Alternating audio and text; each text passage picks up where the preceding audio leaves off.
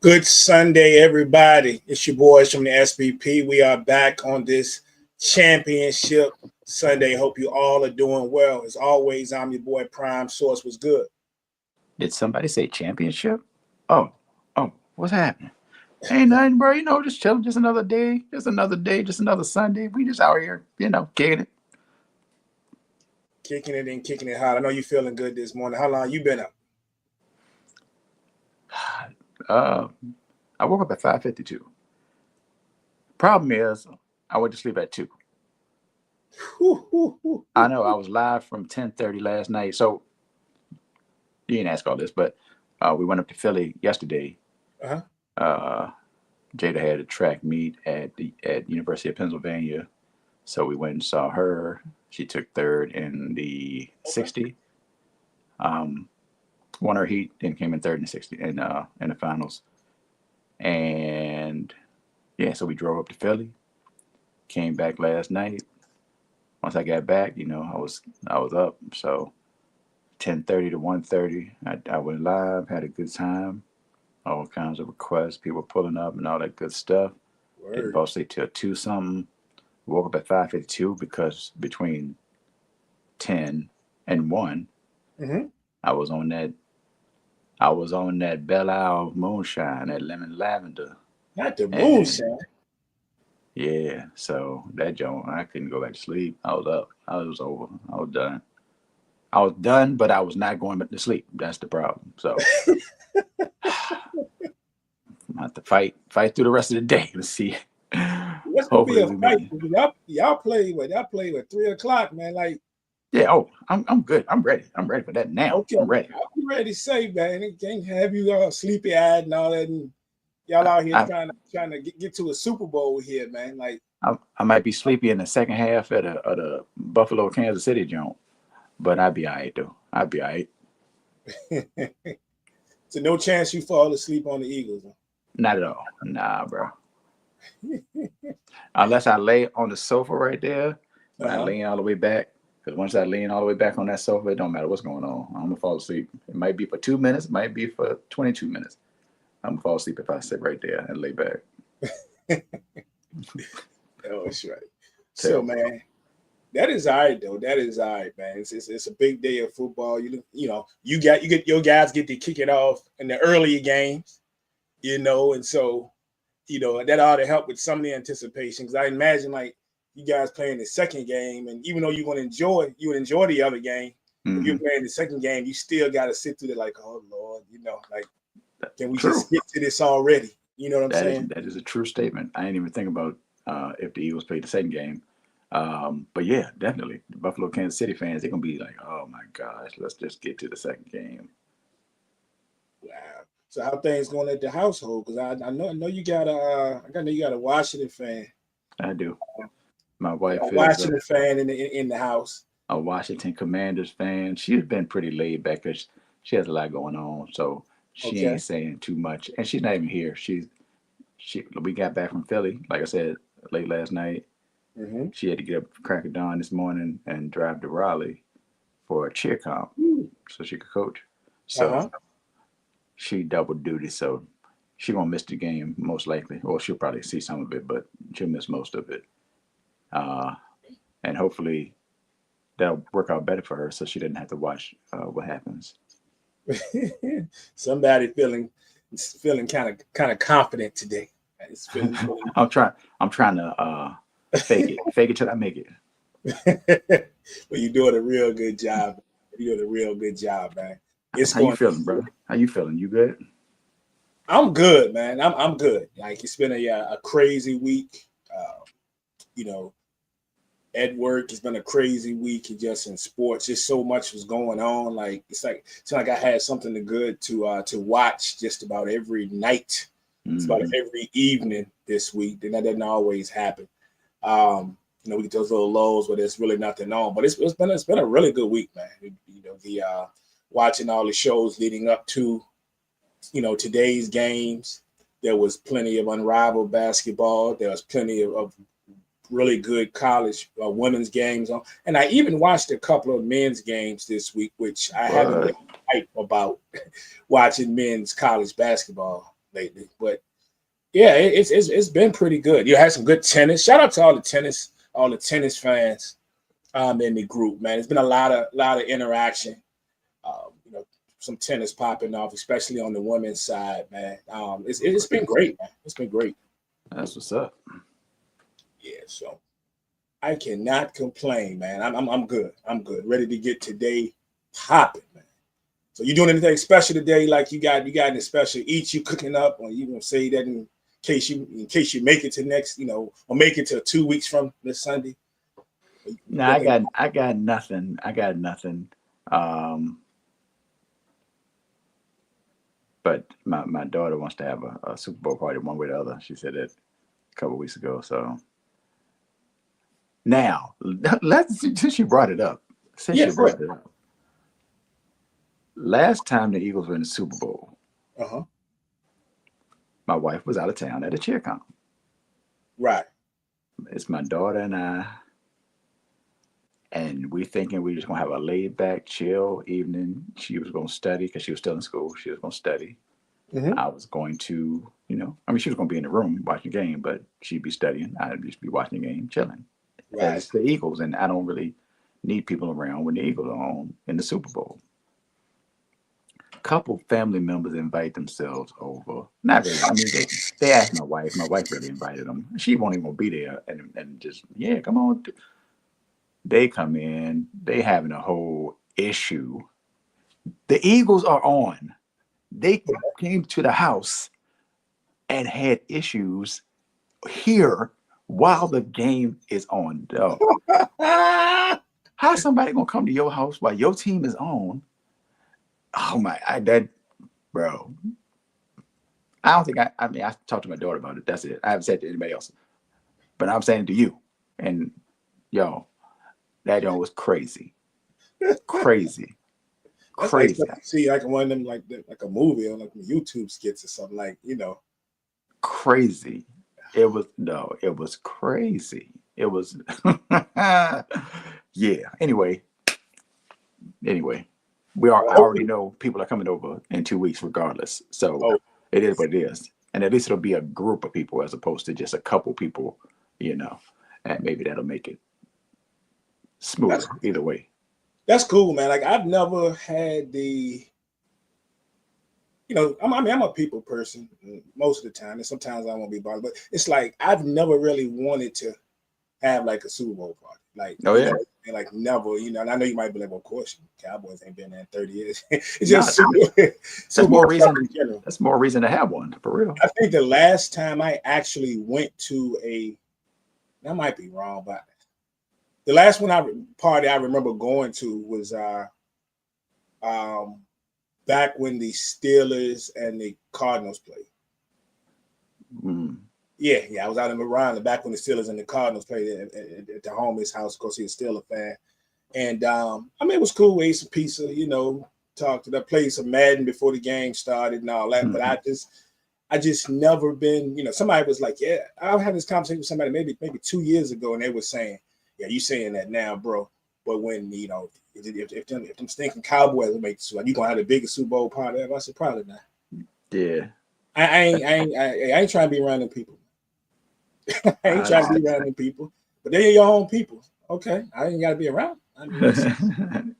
That's what phones are for. FaceTime, social media. I ain't going to nobody's Super Bowl party. Unless my mama had it, she got some eats, but I'm not overly pressed. The last two Super Bowl parties I remember going to, one was at Reggie's house. Reggie that comes to the to the SBP meetups, and I was at his crib. I can't remember who was playing in that joint. But I remember that we had a pool sheet. I remember there was a pool sheet, and I did it, so it had to be within the last 8 or so years. And then the one before that was SBP member Rob Evans' crib. Right. That was when Seattle beat the brakes off Peyton Manning. Yeah, it was that joint. I remember because it was a house full of people, and the game was terrible. No, was it? Am I true? No. Seattle beat the brakes off of? No, it won't Yeah. be. It would have been. No. Put it. No. What was the blowout Super Bowl? 40 something. What Super Bowl was it? Who did Peyton Manning lose to in the Super Bowl?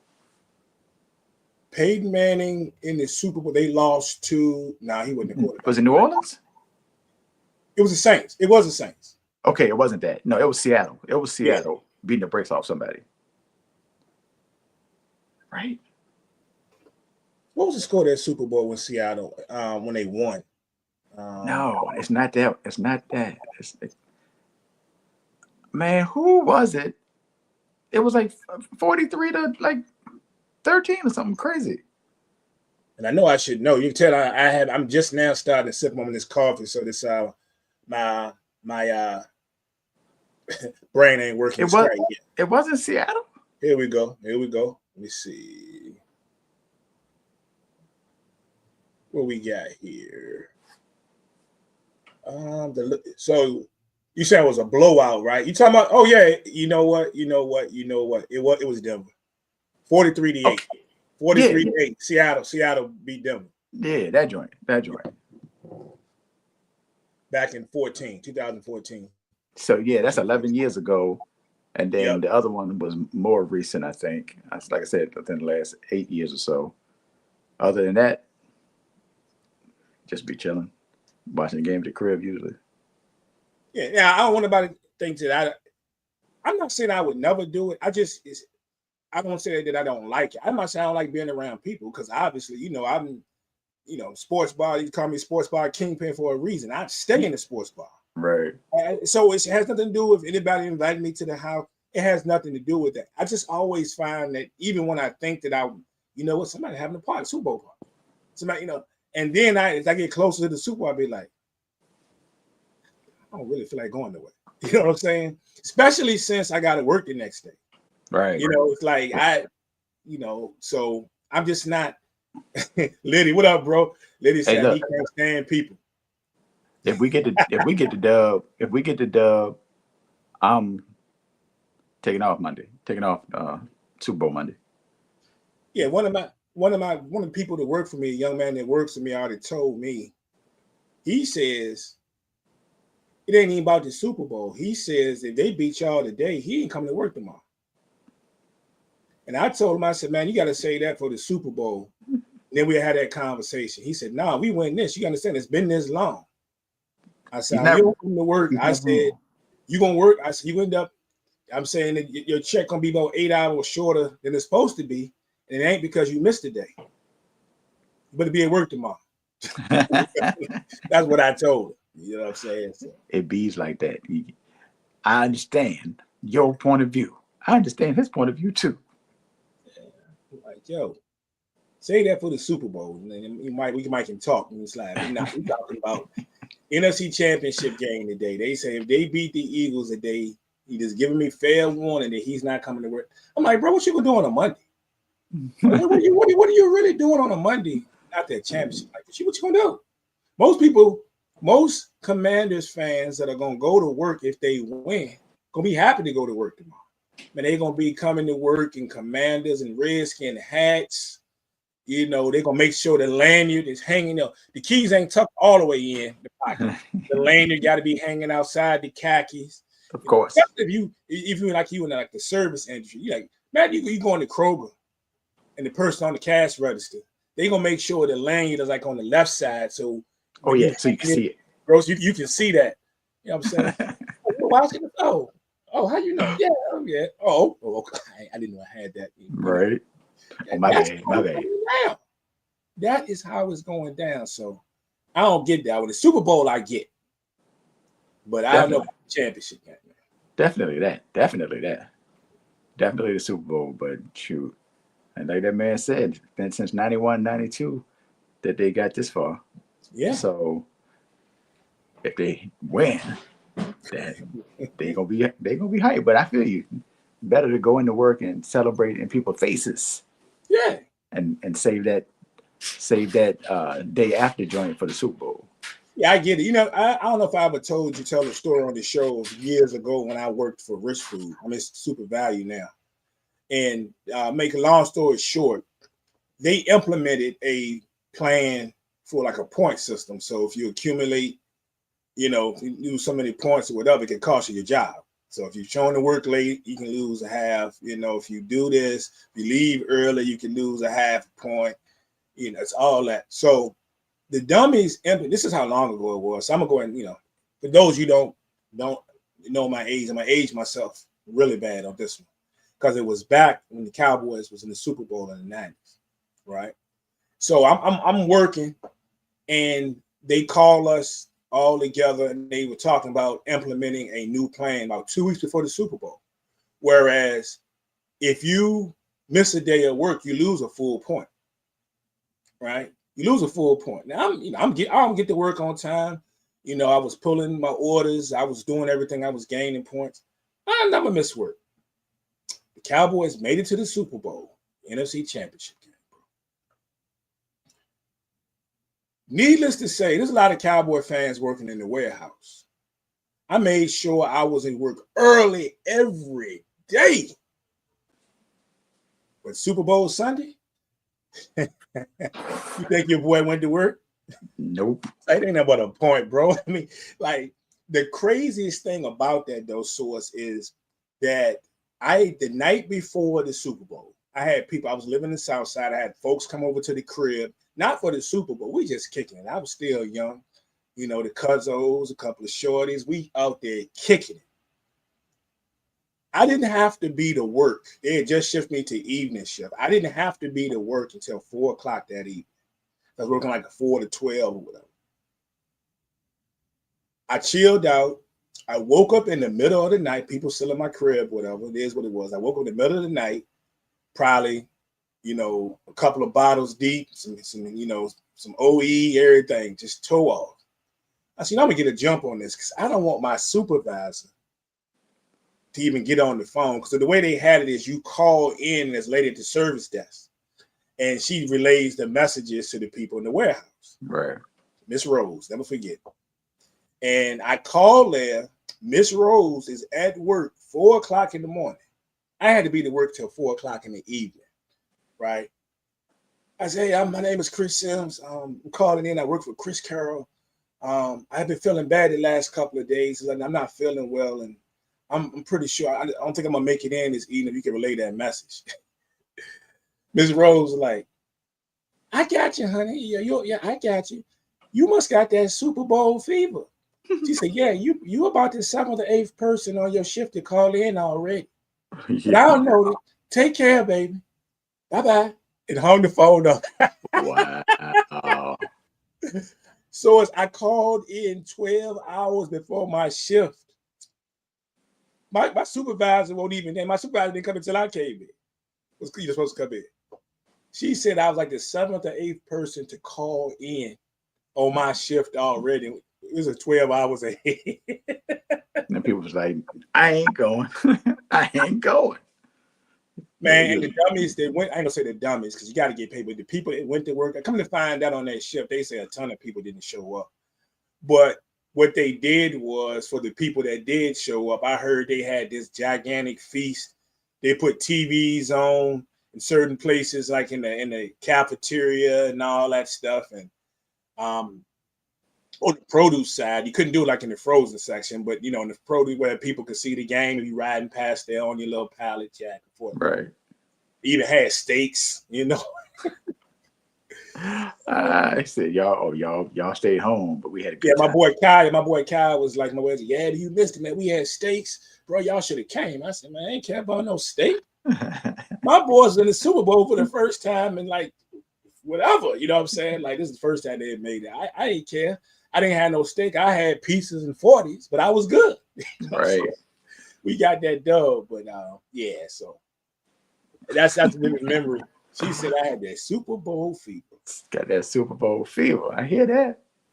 And bless Miss Rose too, because I can tell you, she was an older white lady, sweetest lady in the world. Frosty, gray hair, kind of one of the Golden Girls, dog. Like that's what she did. That was her job, is to sit there at the desk and take phone calls, relay messages, and that was before you got inside the actual warehouse.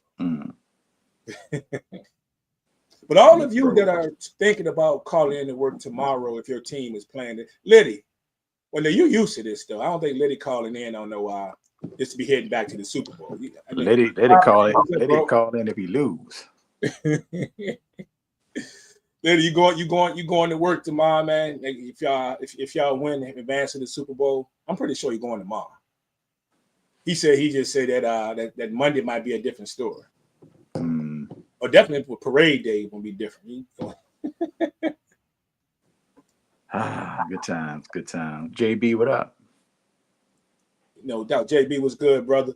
He said in the Army we would get a late call, but be at work at 9 instead of 6:30. I know that's right. That's a big difference for real. Man, Cuzzo acting crazy, yo. You see Cuzzo acting crazy already. Are you wilding? Wow. Let's go come ... Die.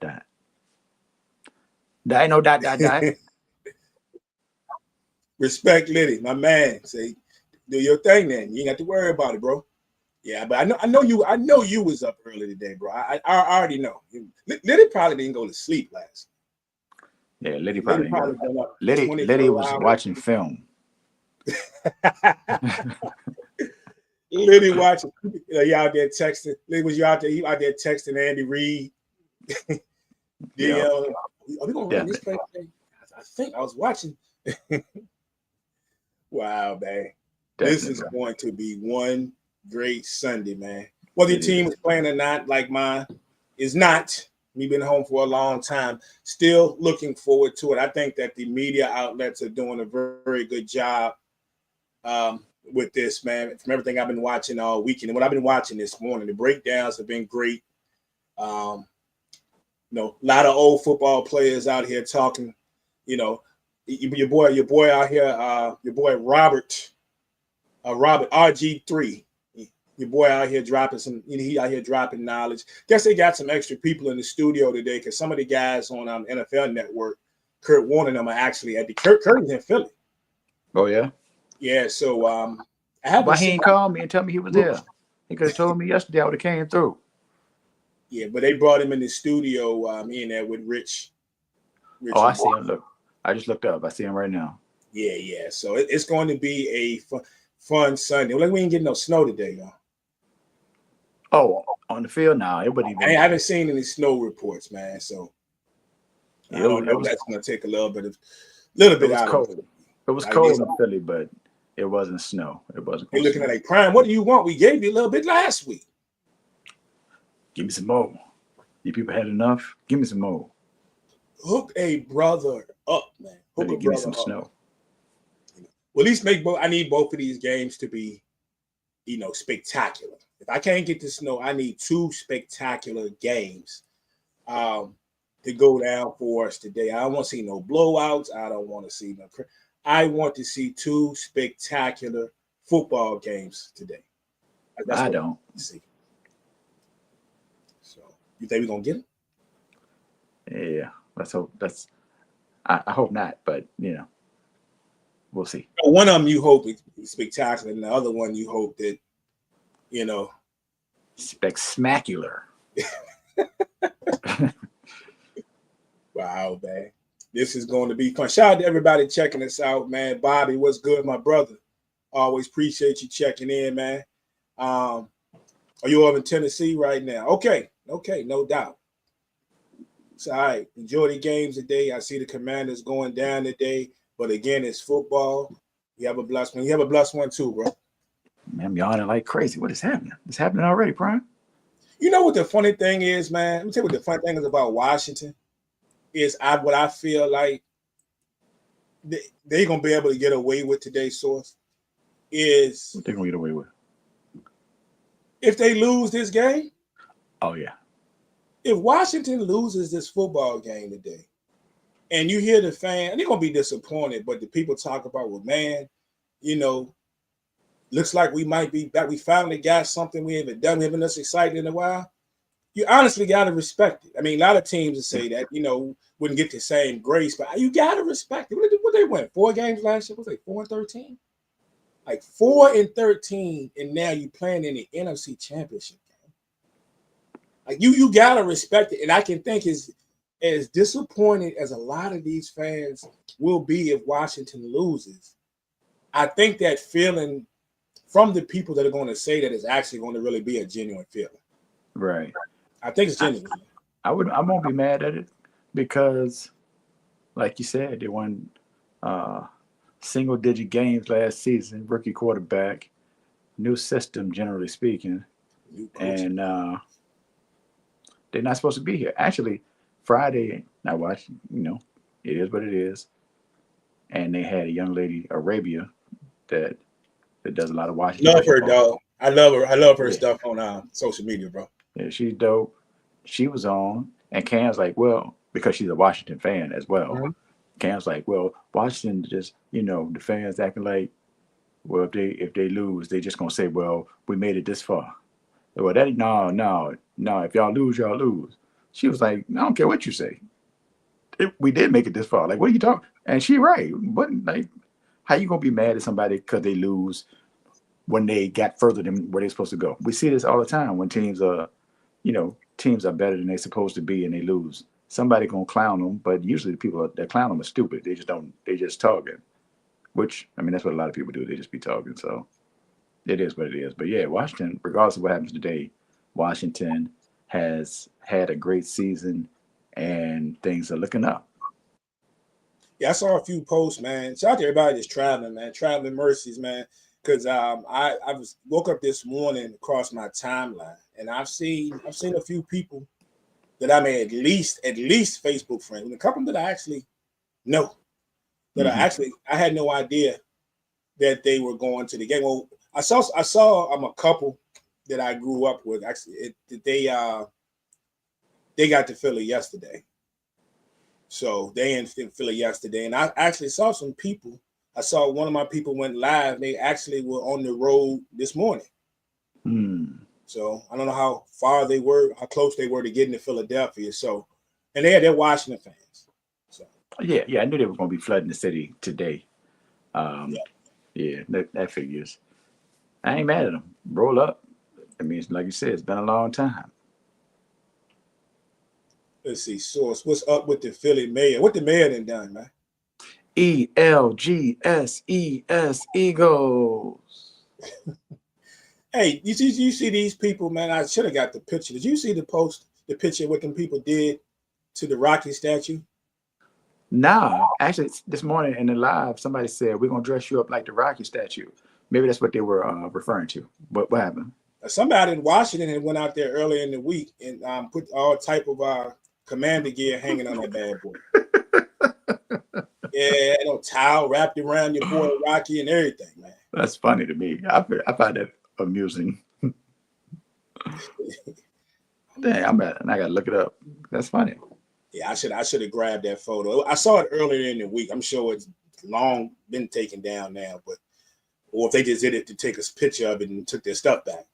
You know what I'm saying? Right. Yeah, but they didn't did your boy Rocky like that, man, and put all type of commander gear on that brother. Like, it's really out here really feeling themselves, man. Really feeling themselves. You found that jump went out quick. Oh, they come back around with the camera. Eventually. Got it. Dun, dun, dun, dun, dun, dun, dun, dun. Yeah, that's it. They did my man like that, man. Come to your spot. So. That's funny. I don't care. That's funny. Shout out to Grit on the Gridiron. Eagles fans nervous. Jaden is coming into town. Jaden there. Nervous? Yeah. What you mean? There's nothing good that can happen. If the Eagles win, they're supposed to win. The same way if Washington loses, they're supposed to lose. If the Eagles win, they're supposed to win. If the Eagles lose, it's all the Eagles lost. All the Eagles lost at the crib. All the Eagles lost to Washington. All the Eagles lost to a rookie quarterback in the NFC Championship. It's a whole bunch of negatives that go with the loss. But that's you know, that's what happens when you're one of them big dogs. So I know you don't care, but if you were thinking, because I asked a ton of people, I probably maybe 15 to 20 people I come in contact with, whether they were people that I know, customers of mine. So I was just asking, because it's in the air out here, especially on the Washington side, right?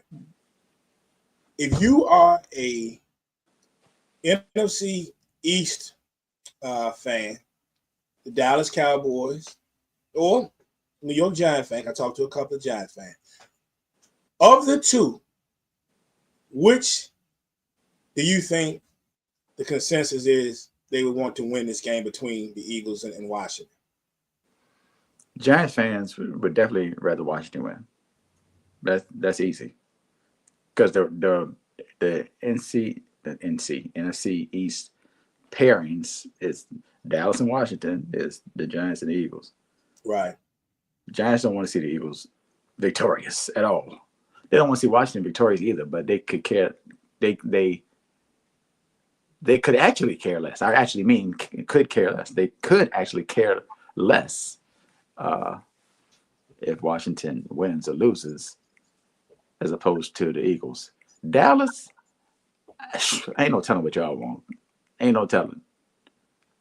I don't even have a guess.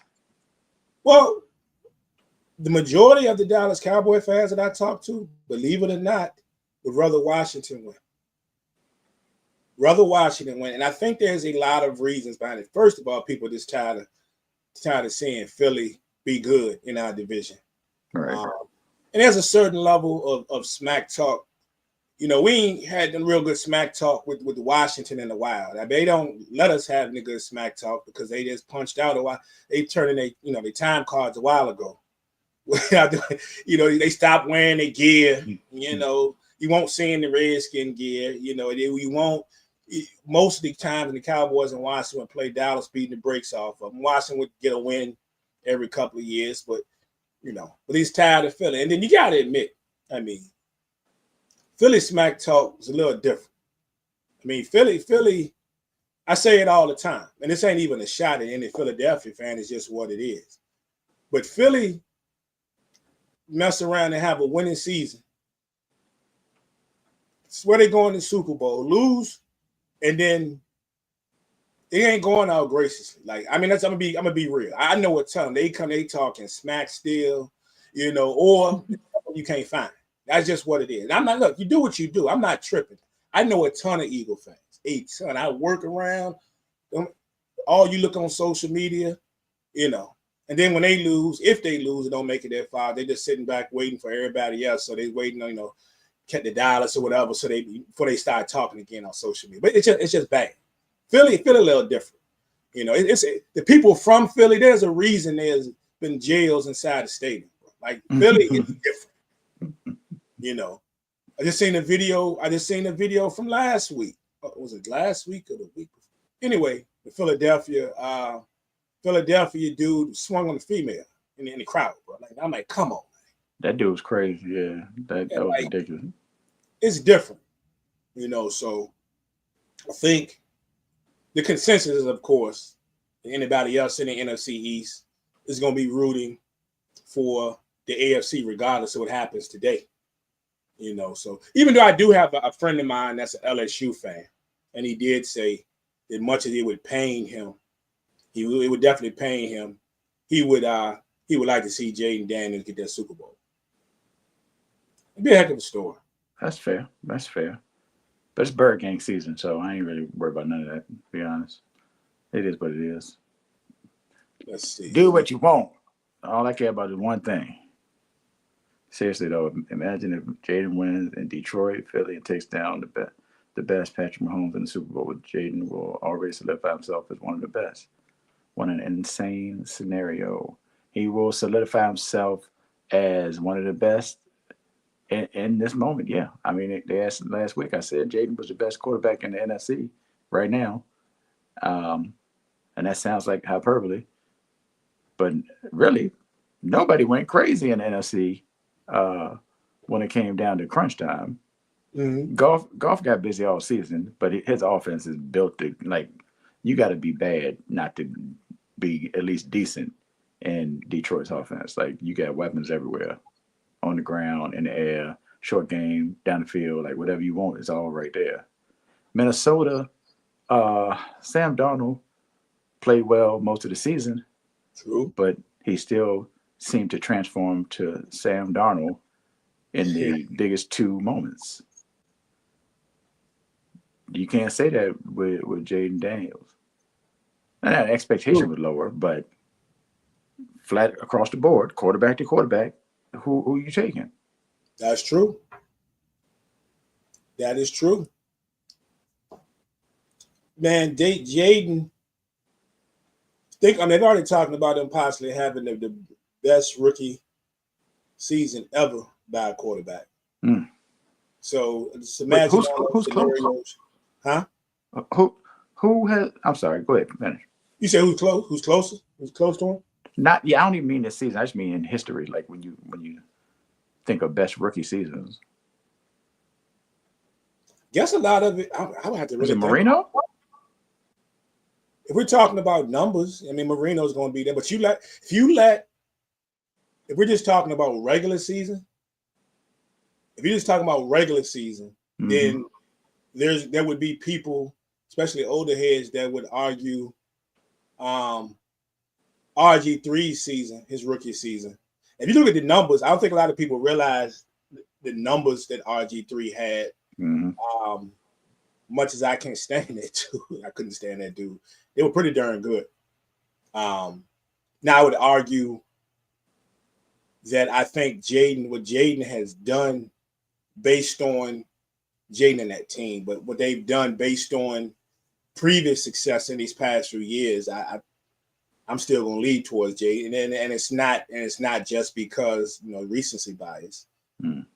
But you can't take away what RG3 did in the definitely in the regular season. But we're talking about what this man is doing right now in the postseason. It's crazy. Right. Oh, they definitely don't mind taking away what RG3 did or Robert Griffin did. Been seeing that since he started getting hurt. They've been trying to detract from something that already happened because of what happened going forward. And, that ain't right. Bobby, thanks. Yeah, I see the picture, the Rocky picture, man. I wasn't trying to load it up and put it on the screen real quick, but I don't know, this thing's acting crazy, so I'm not going to mess with it. But he had sent me a photo of that picture that she was just showing everybody. But you can look it up online, guys. It is hilarious. It is hilarious what the Commanders fans did to the Rockies. Man. I ain't mad at it. Have you seen the different people making rap?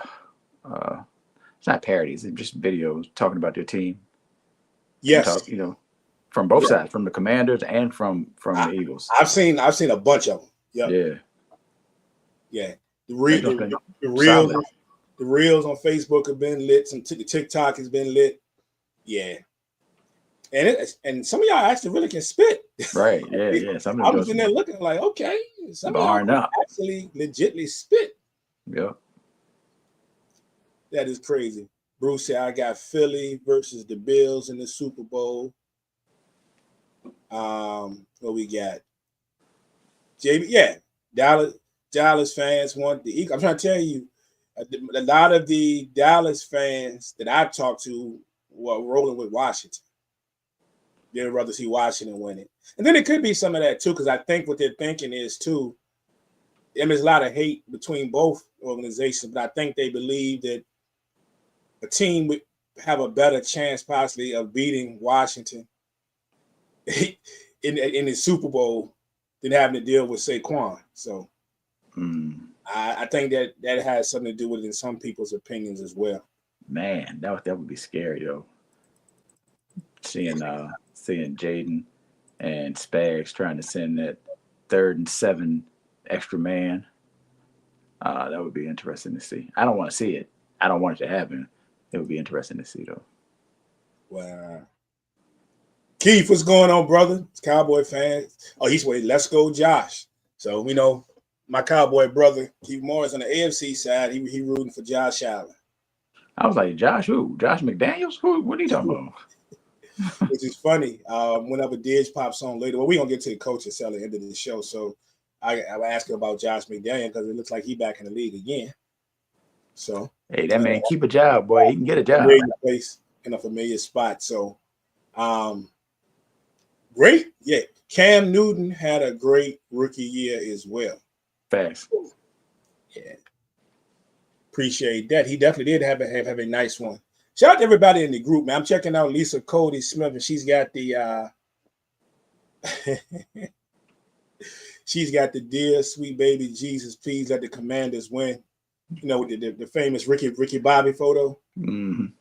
Yeah, shout out to Talladega Nights, man.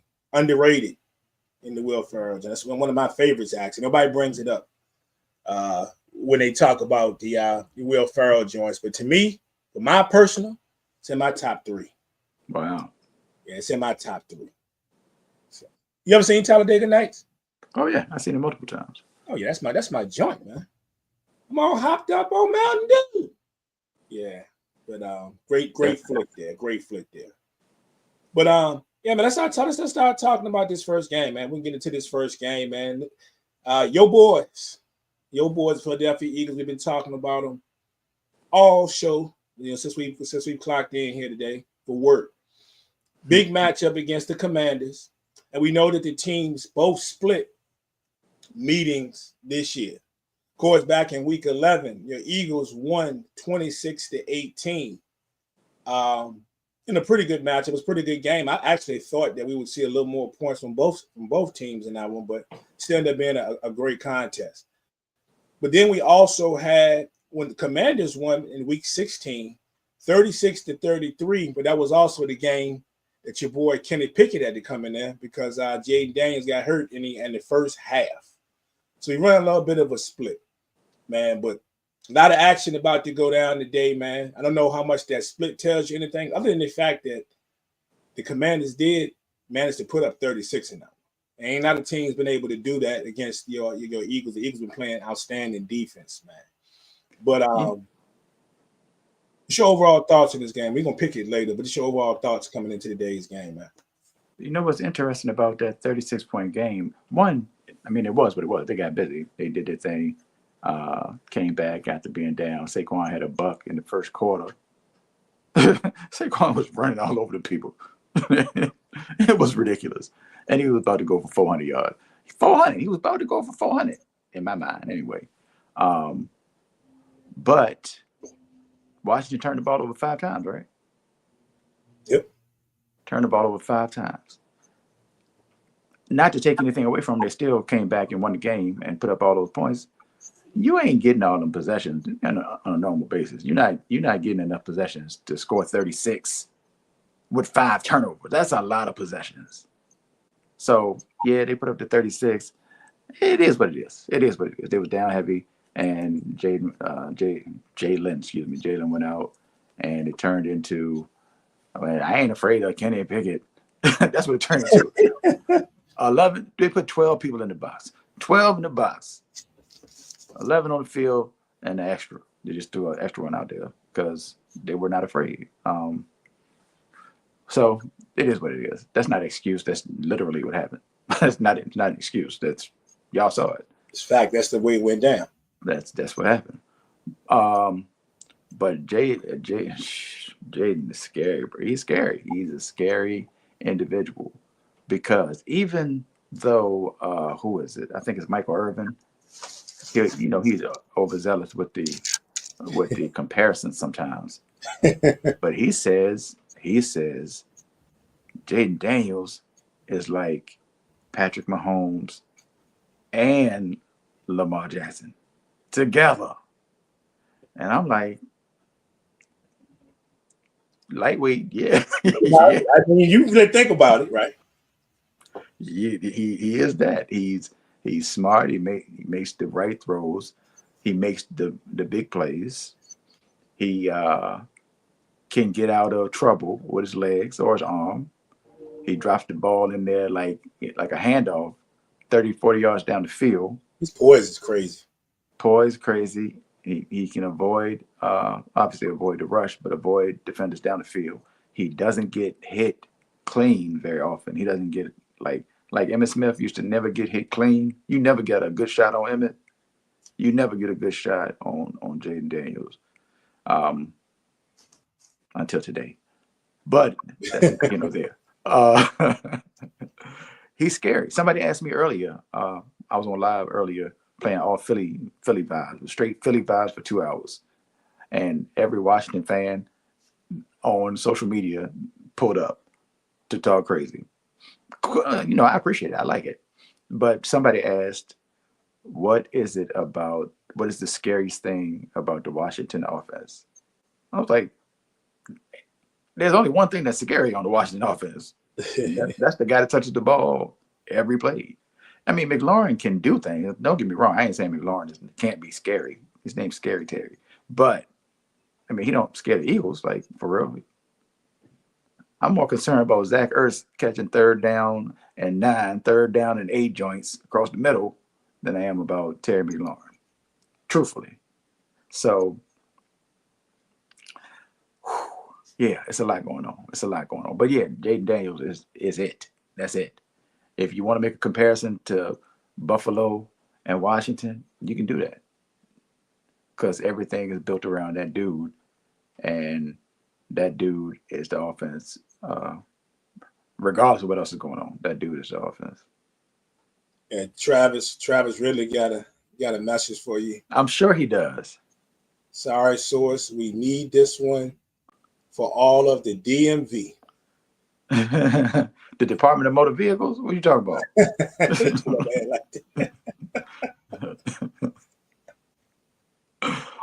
I don't know. I mean, look. Everybody get a driver's license. Yeah.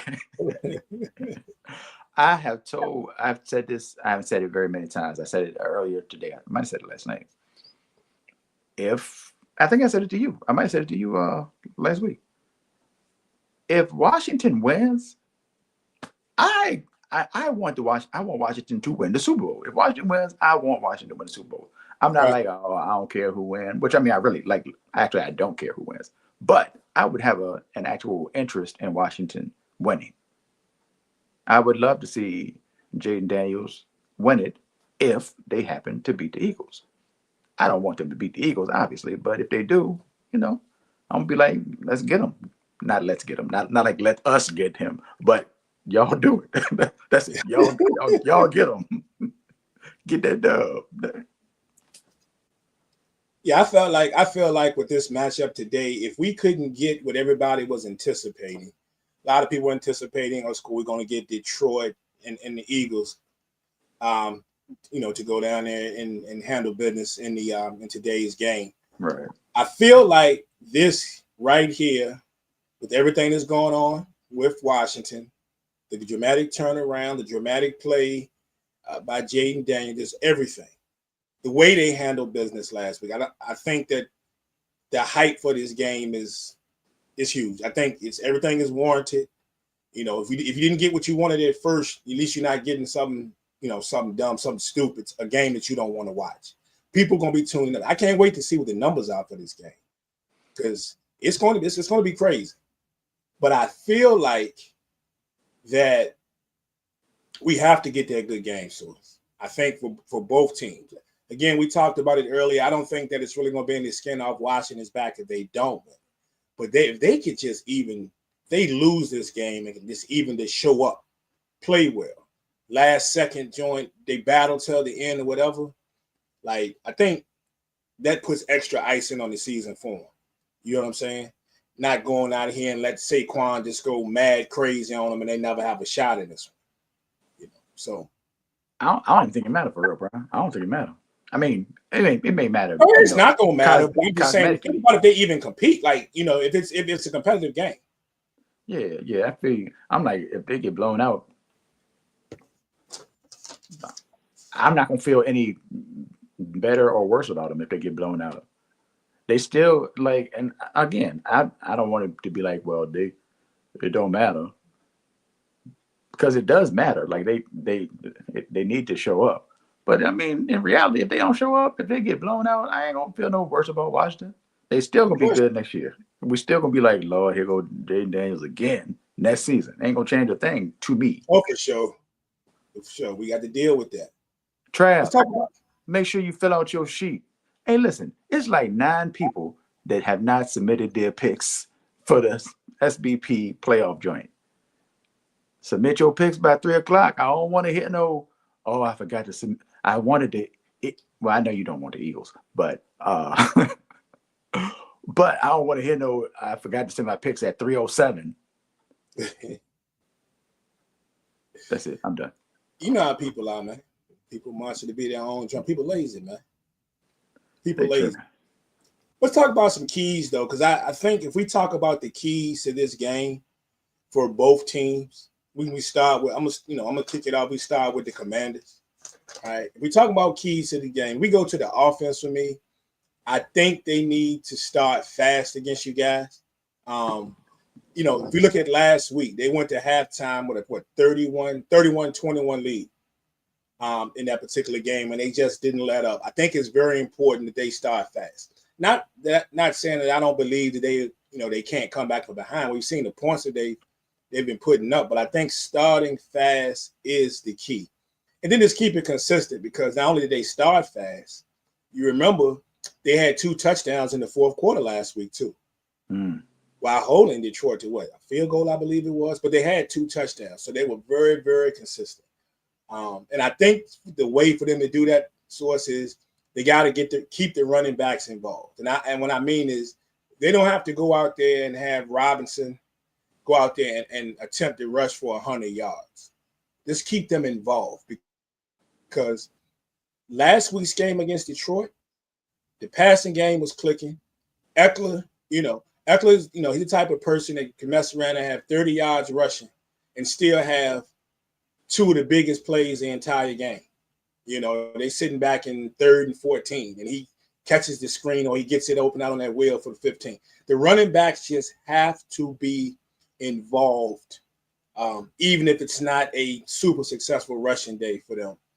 But that's how I feel about the Commanders' offense. What do you think the keys for the Commanders' offense?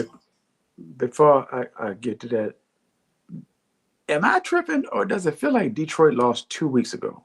Dog, it feel like Detroit lost a long time ago to me. It don't feel like that? I haven't thought about Detroit since probably Monday. Right. Yeah, that loss for Detroit, that talk went away real quick. It just kind of just faded out. Yeah, that's wild. Other than the coaching changes, or the coaches leaving, I should say.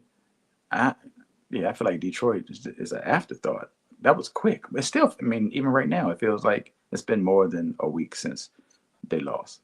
Anyway, well, it was a week and a day, I guess, right? The key is take care of the rock. Take care of the rock. As we saw last week, if you won the turnover battle, then you won the game. Outside, I think Houston, I don't know if Houston had any turnovers. If I remember, if I'm correct, I believe you would definitely be correct, because I think that the team that's won the turnover battle, it should be a 7-0, I believe. Yeah. Oh, in the playoffs. So Houston. So I guess Kansas City might have still won the turnover battle. Okay, but yeah, Houston, is the only one that was close. But everybody else was turning the ball over. And we talked about the Commanders scoring 36 but having 5 turnovers against the Eagles the last time they played. You're not getting that many possessions in this game. It's not happening. You're not going to be up and down the field unless it's Eagles. Eagles turn the ball over. You're not going to get that many possessions. The game is going to get shorter. Playoffs, the game is going to get shorter. Every pass, everything is going to be escalated in its importance in the moment. But I think it all comes down to establishing something for Washington. And even if they don't punch it in early, moving the rock early. I think moving the rock early is going to be important for Washington. to be able to convert on a couple third downs early. I mean, at this point, with their confidence, it might not even matter for real. They might be so confident that they could go out there and trick it up 3 drives in a row and then come back and score, 4 touchdowns straight. But for me, they need to be able to convert early, even if it doesn't turn into touchdowns, just to put that pressure on the Eagles defense and give them something to worry about. What Washington need to do on defense? What's the key? Pray. Pray that Jaden. I'm sorry, I keep saying Jaden. We got to pray just to make it today. Pray that Jalen's hurt. That's what you need to do. Pray that Jalen's hurt. I don't appreciate bro talking about, well, if he run the ball, we're gonna hit him like a running back. We're gonna hit him like a running back. First of all, okay, what he said was not even really offensive or disrespectful. It wasn't. The fact that he said it out loud unnecessarily is where the problem came in. That's why people are like, oh, word? Oh, that's how we doing? Oh, all right. You brought that energy. Now that's what it's gonna be. But it ain't gonna change the fact. Of course you're gonna hit him. You're gonna hit him if you run the ball. Like, we all already know that. But just hearing him say it, it gave it a little different feeling. My thought was, oh, if that's what we're doing, then that goes the other way as well. Right. Nevertheless, you asked me about the Washington defense. What they need to do is contain Barkley. Contain Barkley. That's it. We see Saquon. Sometimes he'll go 10 yards, 9 yards, 7 yards, 10 yards, 9 yards, 7 yards. As long as it's not 47 yards, 62 yards, you can come back from 10, 9, 7. True. You can't come back from 62. You can't. One cut is gone. You late. So if they are able to contain Barkley a little bit, that'll be a big deal. I think just probably like most people think, that they're gonna stack the box and force Jalen to prove that 1, he can move, 2, he can be accurate with the ball, and that's what I would do as well. I would stack the box and be like, well, you gonna have to beat me up top or something. You gonna have to beat me up top because we ain't gonna sit here and watch Saquon Barkley run up and down the field all day long. Like that's what we're not gonna do. We go look on Madden. We're going to engage 8. Everybody, you're your own. If they hit, they hit. It is what it is. But what we're not gonna do is lose to Saquon Barkley with 28 rushes for 204 yards. We're not doing that. Like nah, not again. Not today. Yeah, I think for Washington is just find a way to create, the turnovers. You already mentioned the turnover battle. You look at last week, they had three interceptions last week. They even had a pick 6. Mm-hmm. Find a way to create turnovers. The defense has actually been playing great, towards the second half of the season, and that was the big question and something they had problems with early in the year. But they've done a great job over these past few weeks. Mapping out a game plan that's actually worked. The DBs actually look like DBs. Yeah. Bobby Wagner has been, somewhat quiet. I don't know how much we expected from Bobby Wagner at this stage of his career, but he was steady but quiet, somewhat early this season. And, these last, 3-4 games he's played, he's been pretty close to lights out. He's been there. He's been down some big plays, some big stops. He is definitely going to be key. Was mentioned in the comments, of course, Deron Payne is out. Yeah. For Washington. So that's going to be a problem. They down an O lineman and a D lineman. Yep. They're going to be missing. I can't think of the kid's name on the O line as well. But, but you mentioned your boy being healthy. They claim that he's healthy. They didn't show him warming up and all that out there. And, but I still think that we're going to see a whole lot of Saquon in this one. But, yeah, as far as the keys, though, for Washington, you got to create the turnover. That's just what this is. Possessions are going to be limited. So once you create the turnovers, then you just got to do something with it. And I think they're pretty confident that Jalen can be able to move the ball. But we get to the Eagles side of it, offensively. For me, key to the game for Philly, just don't get cute, man. Just don't get cute and start, Sirianni get to doing all this extra stuff out there. Give the ball to Saquon Barkley. Right. Hand it to him, give it to him. Try to create a lot of what you created last week. And then you create a structure to whereas there's extra attention there. And then what you're doing here is you're setting it up for less attention to be on Dallas Goedert. I just feel like offensively, he is going to be huge for what they're trying to accomplish today. Whether it ends up with Dallas Goedert getting 10 catches a day, or if it ends up Dallas Goedert getting 4. He is going to be key in some form or fashion for what they want to get done today. And it all starts with putting all the attention back on Saquon Barkley and getting Goedert out into space, especially over that middle. And I think that is the biggest key for you guys there. What you think? I totally agree. I was going to say Dallas Goedert getting the rock in his hands. It's going to be interesting to see how Washington starts out this thing. I'm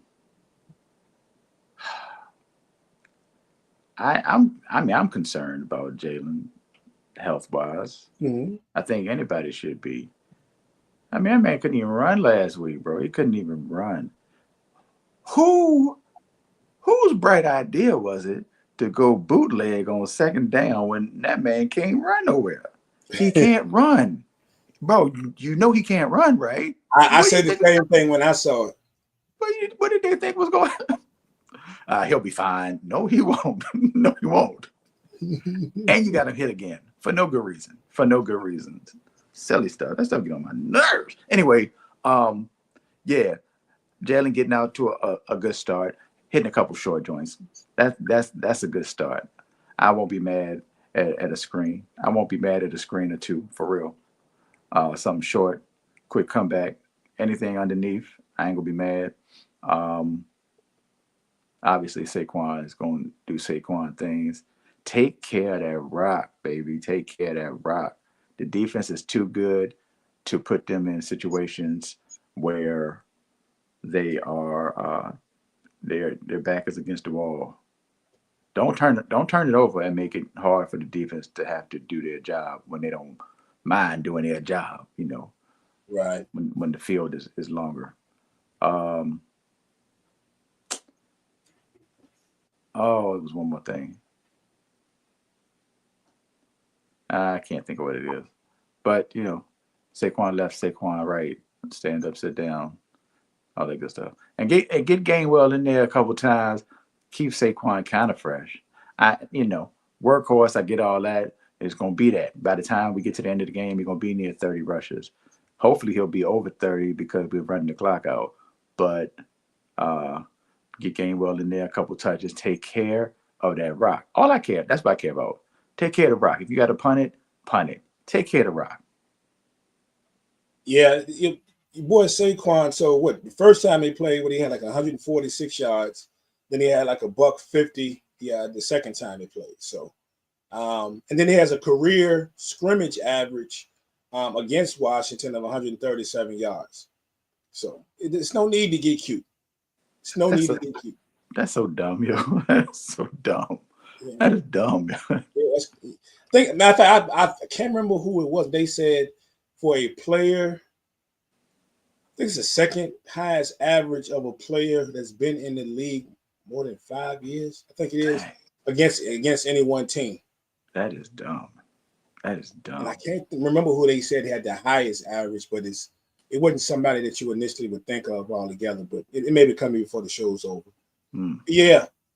Then you get to the defensive side of the ball for the Eagles, man. Look, you find a way to keep Jayden Daniels in the pocket. I know people are going to say, well, darn, you keep him in the pocket. He can pick you apart from the pocket. I know. I get it.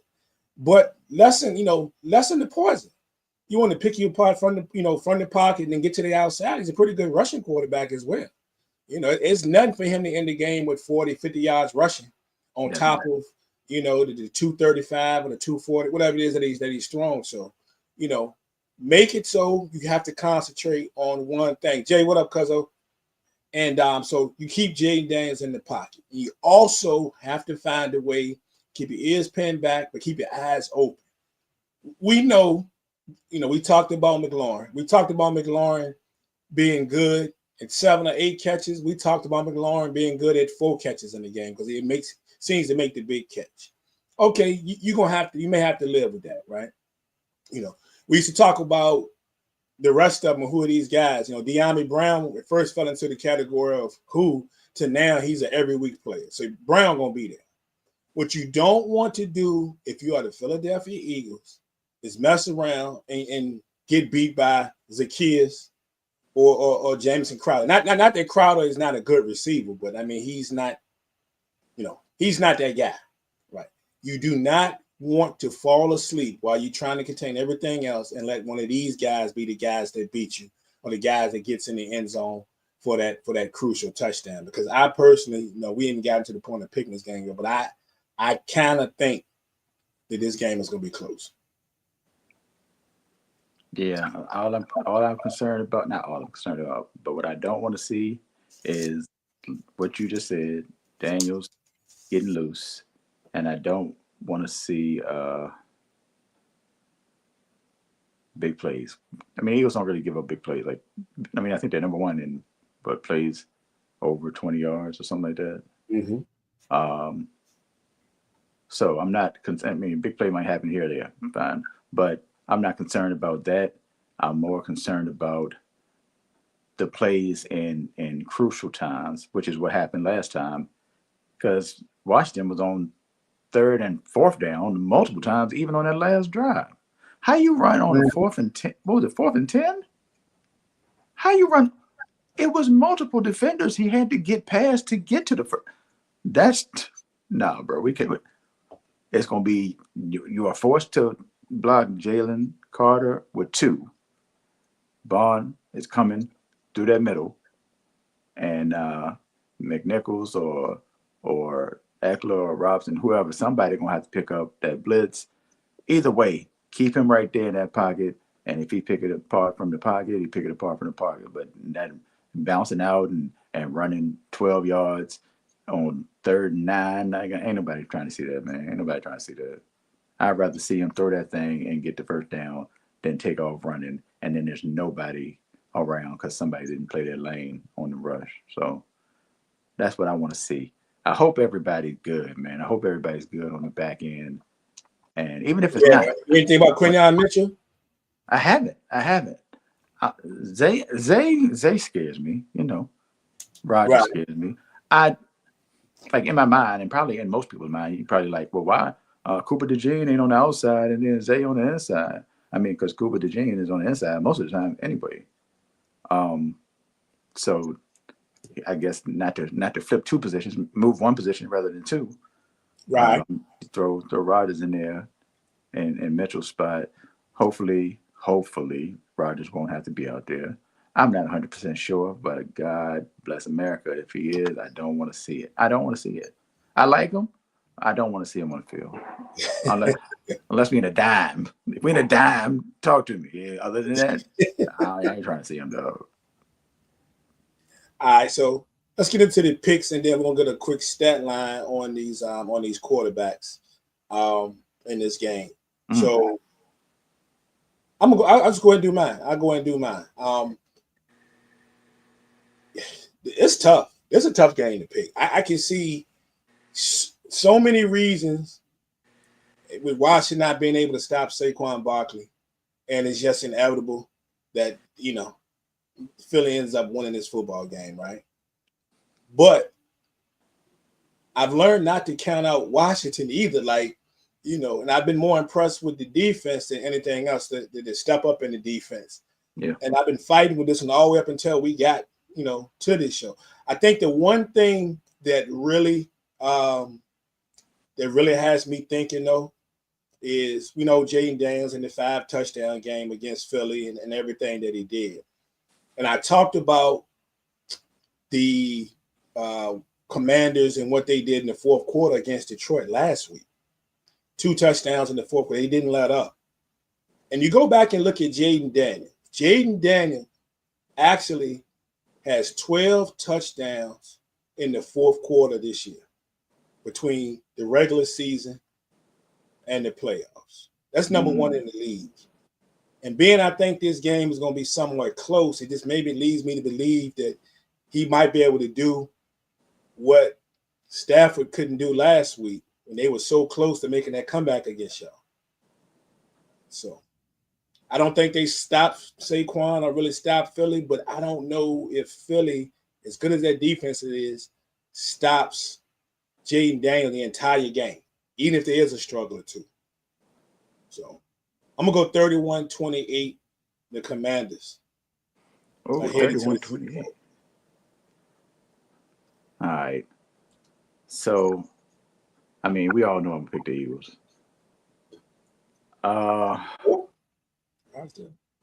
But we got to add a little flair to it. Prime, okay. Got to add a little flair to it. So, for those who don't know,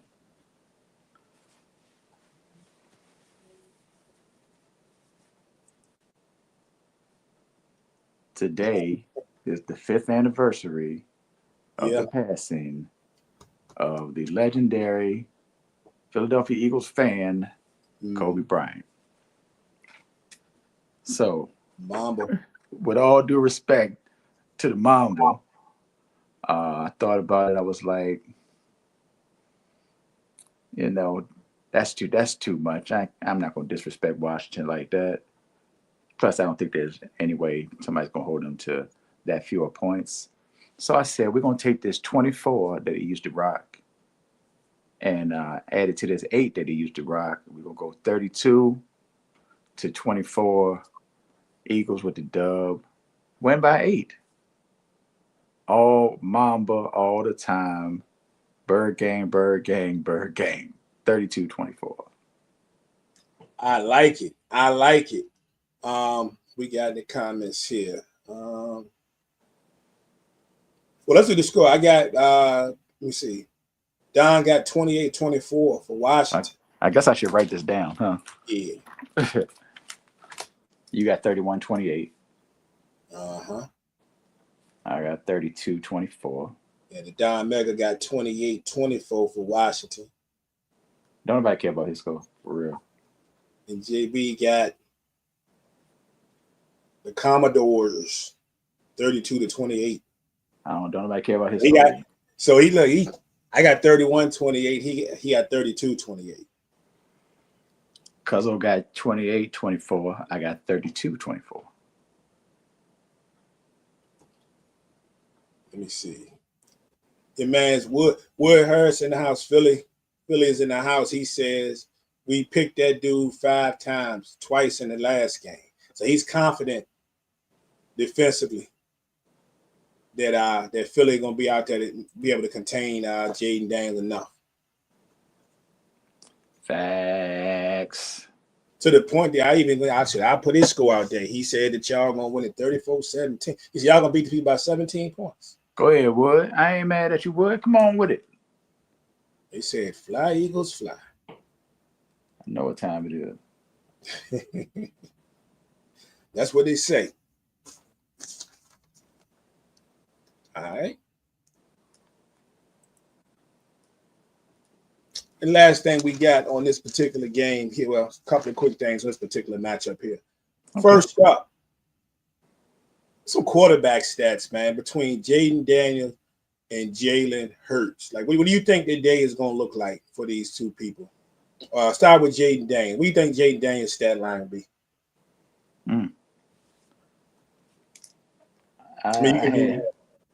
It don't matter. You can do yards and touchdowns. It don't matter. Do what you got. I got you. I was thinking of Jalen first. Give me 1 second.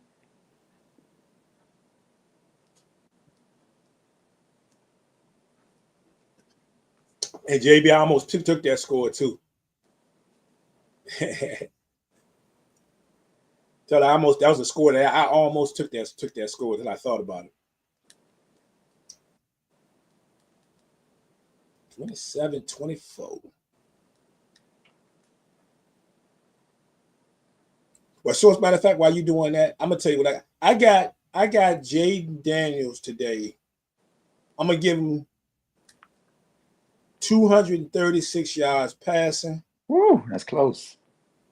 And I'm gonna give him 35 yards I'm gonna do rushing for him. 35 yards rushing. That's close too. And I got him for 3 touchdowns at least. Woo! Prime, come on, man. Yeah. That's what I got for Jaden. Hold on. All right, say that again. I got 236 yards passing, 35 yards rushing, and 3 touchdowns. 3 overall touchdowns, however they may come. All right, I got Jaden 20. Scoring on the ground. But go ahead. I got Jaden because they're gonna be down. I got Jaden 25 for 35, 244, 2 touchdowns, 2 picks, 38 yards rushing. The man gonna throw 2 more picks today, huh? 2 touchdowns, 2 picks. You're gonna end the game with 1. So repeat it last week. Was close to it. All right, your man. No. Yeah, we're gonna stop him at the end. Yeah, that's correct. Yes. Your man's Mr. I'm not hurts. Mm-hmm. I'm gonna go with Jalen. I got him similar. I got him for 240 passing, 25 on the rush, and 2 touchdowns. I have 2 touchdowns as well. 18 for 25 in the air, $178, 17 on the ground, 1 touchdown through the air, 1 touchdown on the ground. Nice. And guys, remember when we talking touchdowns? I know he's saying I'm just talking touchdowns. We know both of these quarterbacks. We know Jaden Daniels got legs. So one of those 3 could very well be him scampering to the end zone. And we seen Jalen do it last week, and then we also know between y'all offensive line grouping up, 2 touch pushing, whatever. One of these touchdowns could be with his feet. I'm gonna be honest with you. I would not be surprised, and I'm not saying that he won't. I mean, you got receivers over there like Smith and Brown, and then of course I'm projecting Goddard to have a big day. I think Goddard is key. Matter of fact, when we were talking about, I can go and tell you, he is my most important player offensively. Well, period, in this game that's not a quarterback or a running back, right? So, but Jalen Hurts, wouldn't be surprised if his 2 touchdowns, but his were both on the ground. Wouldn't be surprised. Yeah, if they had the audacity to run that joint when he was hurt, which would have worked if, according to Jalen, the Rams were faking the snap count. Right. So you guys think that would have worked if that didn't occur and the penalty didn't back the Eagles up. But we said that's the most important player on offense. Well, it can be anybody. The most important player or players that's not a quarterback or a running back. All I got for Philadelphia anyway is Dallas Goedert is what I'm saying. Oh, it's Jalen Carter. It's Jalen Carter. It's going to have to require a double, and if these people don't double, you got to get 2 sacks from that middle. I know. Sacks from the middle is tough. He's a young Aaron Donald, and I know that's a high praise and putting him at a high stature, but that's what I see. He's not jumping to the outside. Don't get me wrong. Aaron Donald is Aaron Donald. But in that middle, yeah, that dude is a problem. Yes, he is. On the Commanders side, I think that's a tough one for me on this one, but I'm gonna go with the 2 guys I mentioned earlier, and it's the 2 receivers I'm saying that Philly can't let them fall asleep on, and I'm going to say it's going to be Jamison Crowder and Isaac Hayes. I think the big plays in this game for them, they have to be there for those big plays when that heat is coming down, on Jaden Daniels, and they've done a good job here the last few weeks. Those 2 can impact the game possibly without even scoring, but they can extend those drives, man. So I'm gonna go with both of those 2 guys right there. I got Brown as well. I got De'Ami Brown as well. Yeah. Somebody's gonna have to pick up the slack if McLaurin is not able to break free. I want to say Ertz real bad. I want to say Ertz, but I'm gonna stick with Brown because they're gonna need a big player too, or at least a play up the field. Mm-hmm. And Ertz may get you to 6, 7 yards, 9 yards, but it's got to be one at least 15 to 20 yards up the field. 20. I'm trying to keep it under 20 to 25 yards for real up the field to get the Washington team out of trouble. One thing I wanted to ask before we get off this game, since we done broke down the game the way we see it and what we think is going to happen, and I understand my man's being on Gilly's video, but how in the world is Philadelphia adopting blow the whistle? Too short for Oakland, man. Listen, you saw at first it was candy. Tastes like candy, candy. So I don't know if somebody said, "Hey, Gilly, you know that's about cocaine, right?" I don't know if somebody said something like that and said, "Pick a different song," and he went with blow the whistle, or if it just popped up naturally. I figured football referees whistle, it just became a thing. But I mean, ain't nobody make it a thing but Gilly, and now you got everybody doing it. Blow the whistle. You talking about some great. You talking about some great Facebook, social media posts this past week. I did see a few floating around. Shout out to what's it? Is it Alex Holly, the newscaster? I think she's in Chicago. Wherever she is. Yeah, let me tell you, she walked her joint when she was walking around her with all her co-workers inside the studio, and asked them where Too Short was going. That was great. Yeah, that was great. I was very upset that more people didn't get it right quickly. Yeah. On and on. All right, so it ought to be a good game. Great game today. Notable. I've got to note during my analysis that I thought about during these playoffs. Washington converted on 93% of their possessions. Up there. Or scoring on the drives. On the drives they've scored.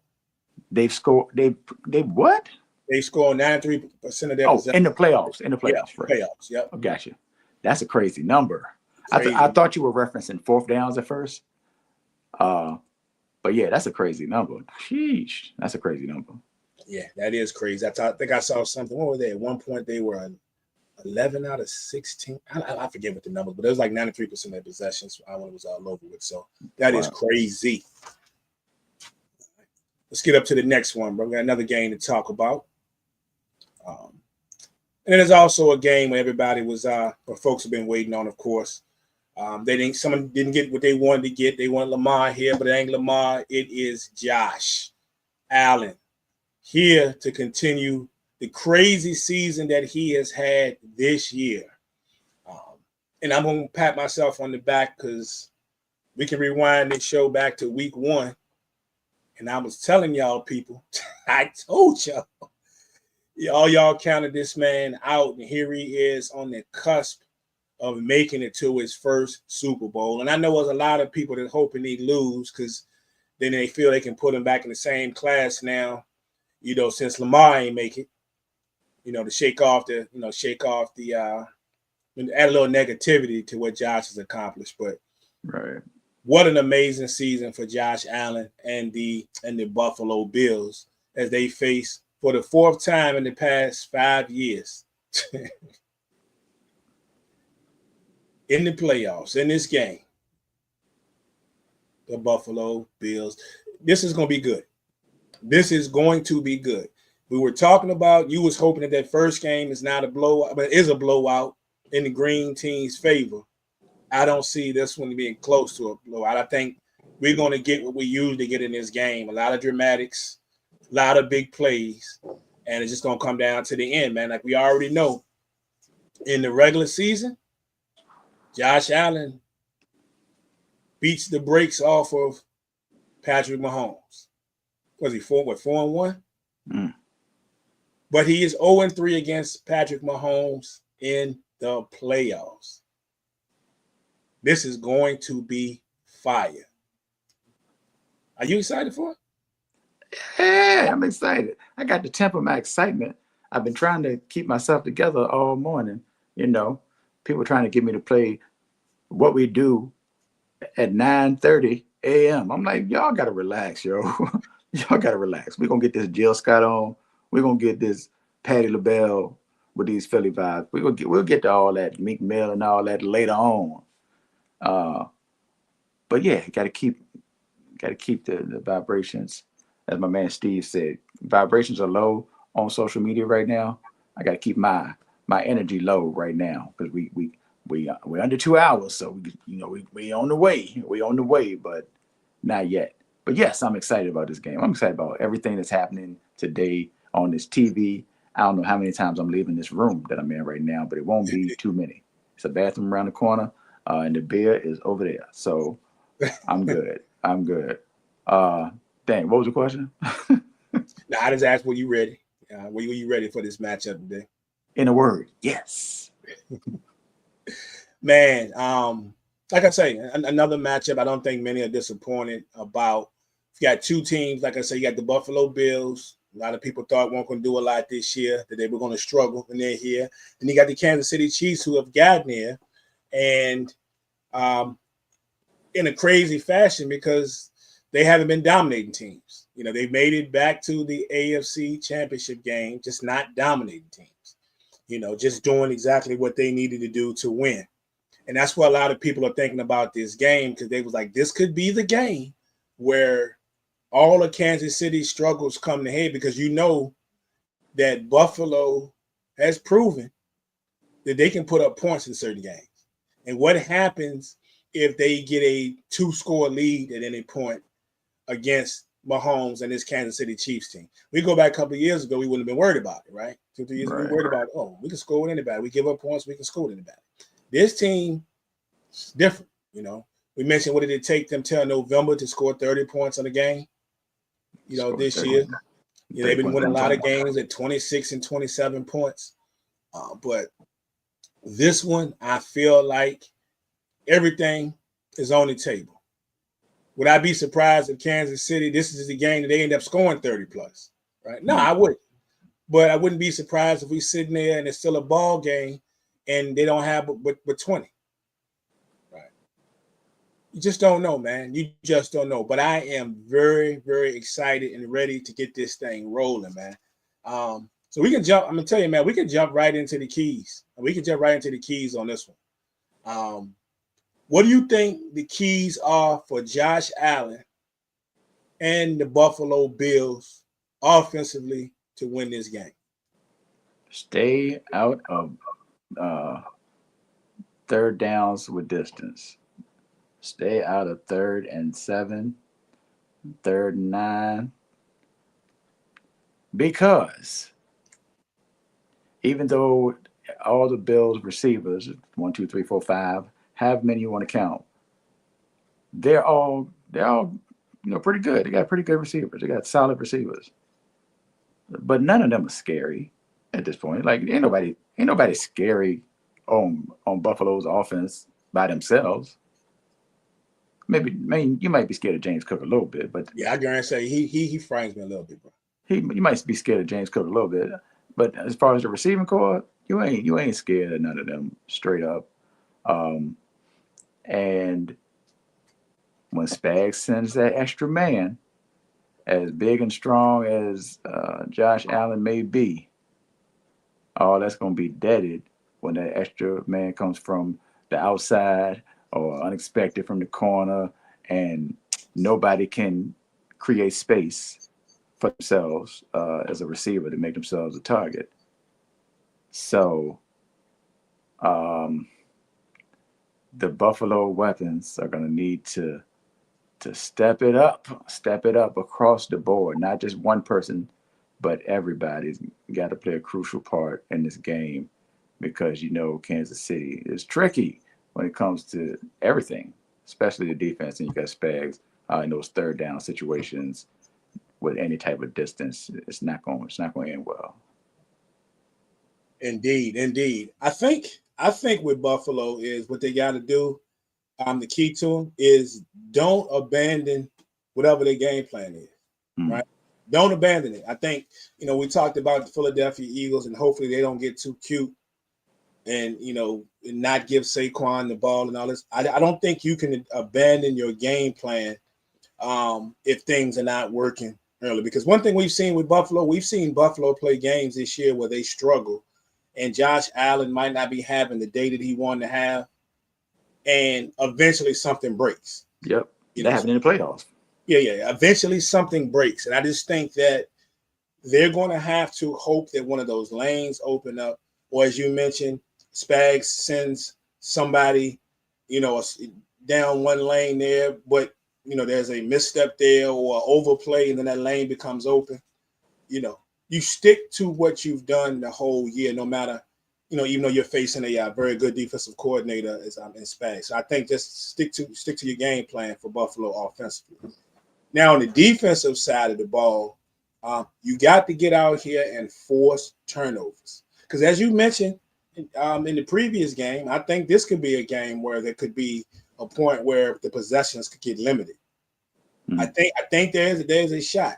So you have to force turnovers, and it sounds cliche until you think about the fact that the Buffalo Bills were number 2 in takeaways in the National Football League this year. Only 2 teams that was better, and it was by 1 takeaway actually, were the Minnesota Vikings and the Pittsburgh Steelers.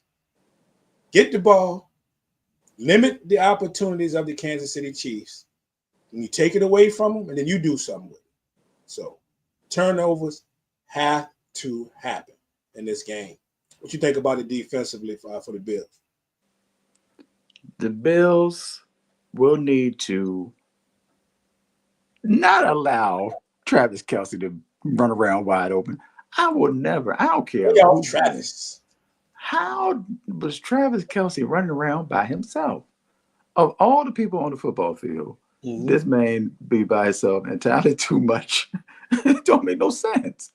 It don't make no sense. I don't understand it. I get he can create space, but good Lord. Ain't no way I'm letting Travis Kelce beat me, though. Ain't no way. You're gonna have to hit Worthy, Gray, somebody. It's gonna have to be somebody not named Travis Kelce. Because that's crazy. That's crazy. You saying that means Noah Gray gonna score twice today, huh? I mean, he just might. Hey, that is the KC offense. Watson score, Gray score. They be the 2 touchdowns, right? Yeah, Watson, that's crazy too. Hey, all them receivers they got. What about the Chiefs, man? What about the Chiefs offensively? Because for me, it just boils down to one thing. You got to, 2 things really, but the first thing, protect Patrick Mahomes. Protect Patrick. Find a way to protect him. He has been, what was he sacked 36 times, I believe, this year? Which is, I think, the most in the league. He is, he has to be protected in this game if y'all going to have a shot. That's the most in the league? Yeah, it's up there. I don't know if it's the most in the league, but it's up there. But I know he went down 36 times this year. Wow. My mind just went to Joe Burrow at 51. I'm like, jeez. I forgot about that. Wow. Oh, Joe Burrow. How was he? Well, he was barely even standing after all that was done. But yeah. But Patrick Mahomes, man. You got to protect Mahomes. And then also what you have to do if you're Kansas City and Andy Reid, save the gadget plays for the right time. Like the right time during the game. Because they're going to come. Something's going to happen. It's going to be, I don't know, a quick screen, tight end screen to Kelce, and he's going to throw the touchdown pass to Noah Gray. I don't know. But it's going to be 2 or 3 gadget plays coming. Worthy coming around on the jet sweep and finds Hollywood. Something is going to happen, but they have to be called at the right time. Because you're going to be in this game. You don't want to show your hand too early, right? And you don't want to have to use something early or at the wrong time that doesn't work, and you try to go back to it again and they're looking for it, right? So, Andy Reid, I ain't got to tell him how to run the offense. He knows what I'm talking about. But I just think those are the two keys. Protect Mahomes and save the gadget plays for the right time. I like the idea of protect Mahomes at all costs. That's cool with me. That could be it. Protect Mahomes. I'm gonna go with use Pacheco and Hunt in at the right moments. Pacheco and Hunt in at the right moments. Not that I can say what the right moments would be, but when it comes time and you need that tough 3-4 yards, and you have Hunt out there, and you trust him more in that situation, or you might get Pacheco out there in a longer distance, maybe breaks 1 or 2 for over 10 yards. Them running backs matter. Running backs matter today. Running backs matter today. But of course, yeah, I'm with you with the protect Patrick Mahomes. Defensively, what do you see? Because what I see is just pretty simple. Spad, we know Spad is going to dial up the blitzes. He's blitzed a little bit more in the playoff game than he had the previous few games. He's going to dial up the blitzes. He just has to make sure that everybody is on the same page, because we know that Josh Allen don't need but one seam. Mm-hmm. And mind you, not even Josh Allen. Your boy Cook get through one of them seams, it'll be a problem. Yep. Right. So everybody has to be on the same page for Kansas City. What you think? Definitely on the same page. I think that not allowing anything over the top, not anything, but not allowing a lot over the top. Of course, you're going to have to cover Kincaid across the middle. Kincaid tends to get busy. Mm-hmm. But I'd be more concerned about the big play more than I'd be about Buffalo driving the ball up the field. If they drive the ball up the field, they drive the ball up the field. But Josh, even though he's gotten better at taking care of the rock, Josh don't mind sending one out there.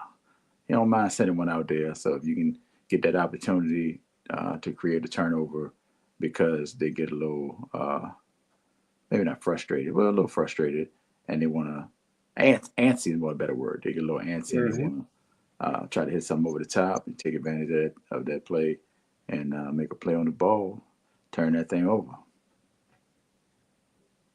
Indeed. So both teams, if we've watched during the season, their defenses have come up big, getting turnovers at the right time on that. I see we're talking about Von Miller. JB said Von Miller going for 3 sacks today out there. I can see it happen though, for real. I know that offensive line been playing. I can definitely see it happen. But we've seen Chris Jones come up big. We've seen, we've seen, a lot of the players for Kansas City come up big. So timely plays are going to have to be had in this one for both teams, man. Who is your player, non-quarterback, 9 running back for the Buffalo Bills that you think is going to be key today?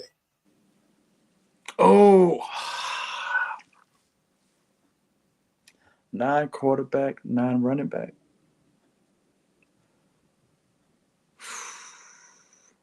I'm gonna go back. I'm gonna go back to Kincaid. I think he's gonna have some opportunities across the middle. And again, I'm not that big on Buffalo's receivers. Like I said, they're all fine, but they're not. Nobody's scary. None of them are scary for real.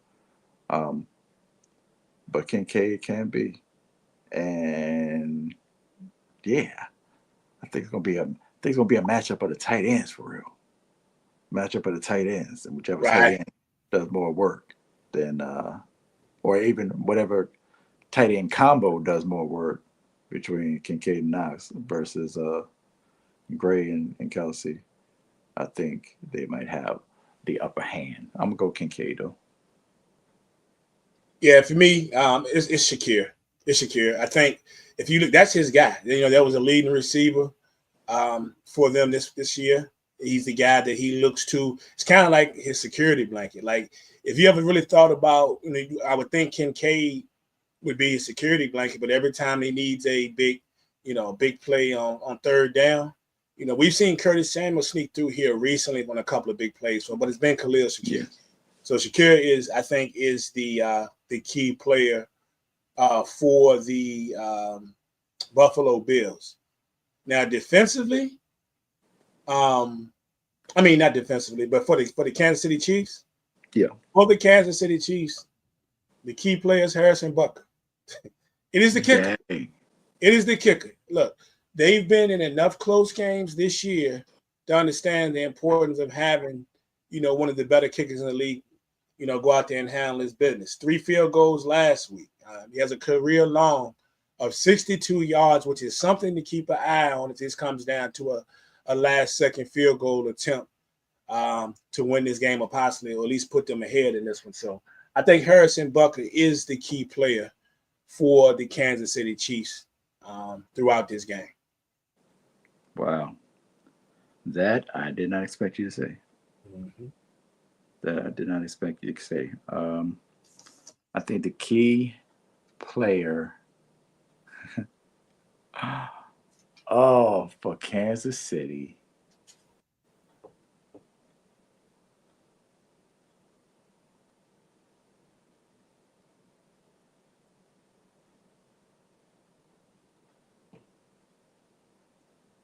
I want to say McDuffie. I want to say McDuffie. Trying to get back to his look since he's been in the league. He's been in the Super Bowl every year since he's been in the league.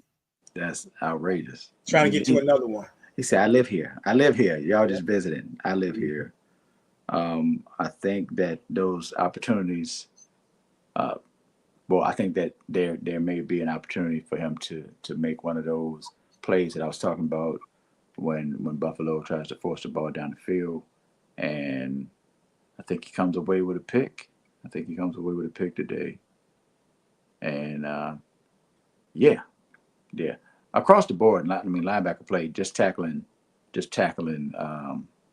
Allen, just as much Cook, but Allen for real on them set run plays, just being able to get him to the ground and not letting him fall forward for 11 yards instead of 3 to 5. That's a big deal, but I'm going to go with Trent McDuffie, though. Indeed. All right. So who wins it? Straight up and down. All right. So earlier I was talking about I was on live.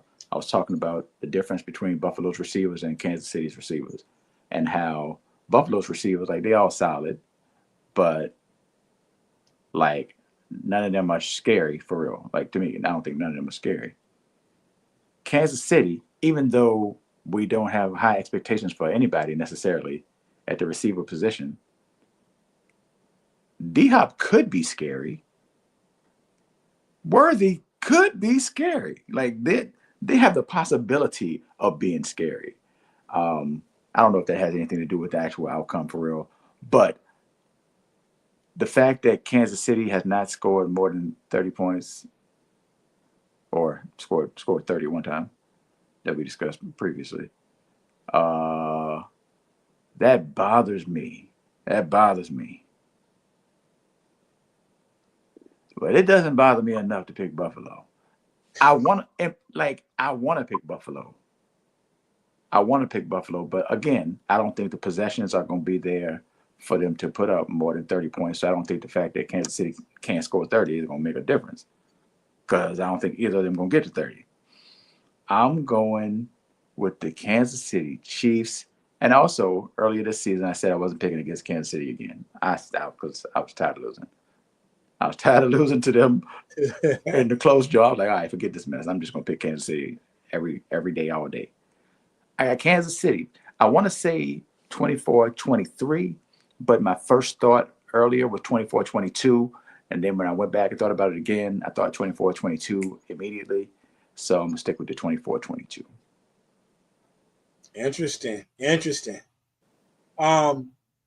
Yeah, man. I'm a little torn on this one because, like I said, Mahomes is my guy.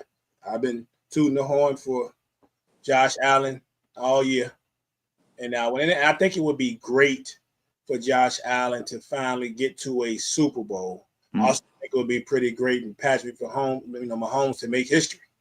But for them to make history, winning the third straight, get into and win the third straight Super Bowl. But I think about this. It's going to be a game of possessions as we talk about who does, what with the possessions they have. And as I think about this, I think about third down conversions, right? We didn't mention it earlier, but we're thinking about how dominating Washington has been this year, especially even last week on fourth down. Yeah. And putting points on, converting, on fourth down, which will lead to points. One thing during Kansas City's struggles this year, they've been, Mahomes have been pretty good on third down conversions. And as good as Buffalo has played this year with the pieces they lost on that side of the football, probably one of the weaker points, not saying they were weak, but the weaker points was stopping people on third down, right? And I ran across a crazy stat when we're thinking about third down, or better yet, even fourth down, because, we can see some craziness in this game. There's only 4 teams. There were only 4 teams this year that had a fourth down conversion rate of 70% or better. You want to take a guess who those 4 teams were? The 4 teams left? The 4 teams to the left. Wow. Washington, Philadelphia, Buffalo, and Kansas City. So what's coming. And Andy Reid is not shy about going forward on third down and then fourth down if need be. We've seen plenty though. We've seen them have success. We've seen them not have success here recently. I remember Pacheco trying to convert one, but I just feel more comfortable with Patrick Mahomes on one of those downs and what he has, the people that's working with him. So no Taylor Rapp either for Buffalo. They starting a rookie at safety. That Bishop kid, I think, is going to start at safety. So I got to think about that too. Who is that going to affect on their back end? Was it going to be Kelsey supposed to get matched up by a safety? Is it somebody else? Is this the Juju game? I don't know. Like this is what we got to think about. Last week, I was this close to guessing the score when I had 27-24 was going to be the game, the score of the game, the Ravens game, right? Yep. And then it ended up being 27-25. Yep. All right. I'm gonna take that 27-25 this week in favor of the Kansas City Chiefs. Yeah. For about half a second, I thought you were gonna pick Buffalo. Half a second. Now, don't get it twisted. I'm not gonna be mad. I'm not gonna be mad. I've been rooting for Josh Allen all year, but I'm not gonna be mad at Mahomes win. Of course, I'm not gonna be mad at Mahomes win. So, needless to say, let's just give us a good game. Maybe Butker is the deciding factor. I don't know, but yeah, I'm gonna roll with the Chiefs on a close one, 27-25. So I think it's gonna be good. Let's get some. We got the guys in here. So we got Don Mega got 35-27 for Buffalo. Woo! Cuzzo said they put up that 30 piece. He won't gonna pick Kansas City anyway. That 30 piece. There's that 30 piece right there. JB said he got the Bills 38-35. Woo! He's sitting there with wifey at 32-31. I would love that. He says wifey got 32-31. I would love that. I would love that right there. I would love that right there. That would be crazy. She has Buffalo as well? She got Buffalo. Okay. Yep. They're united on the Bills front in this game. They are united. I saw a joint today. Of course, they would be, but somebody had a video today of the plane on the plane. I guess it was, I don't know if it was this morning or yesterday. I guess it was yesterday. I don't know when it was from. But it was a video of the Bills fan took over this plane, but they was deep on that bad boy. They on there like singing. They got phones out, so I don't guess they didn't took off yet. I don't know, but And they were wow. deep on that. So Buffalo is traveling to Arrowhead. I want to see what the crowd looks like when we get out there. I know that the Chiefs fans are not going to let anybody come in there and overtake their stadium. Right. It's going to be interesting to see how much blue is in that stadium, though, when they show the crowd. One thing it's going to look like out there, Joe. Cold. Hey, I love this. Look at I think Liddy say 260 people in a sea of 70,000. They say he ain't worried about them people. They ain't taking over our building, bro. They are taking over our stadium. That's fair. That's very fair, though. What you got on quarterback stats, man? Because I got Josh Allen, man. I got Josh Allen in this game. I can see him going for some crazy numbers, and I can see him not going for crazy numbers. That's what the crazy part about picking this one is. But I don't know. I'm gonna take Josh Allen in this game. 270 in the air and 58 on the ground. And I'm going to give. You said Josh? Yeah. 270 in the air. 58 on the ground. Mm-hmm. 3 touchdowns. Ooh, okay.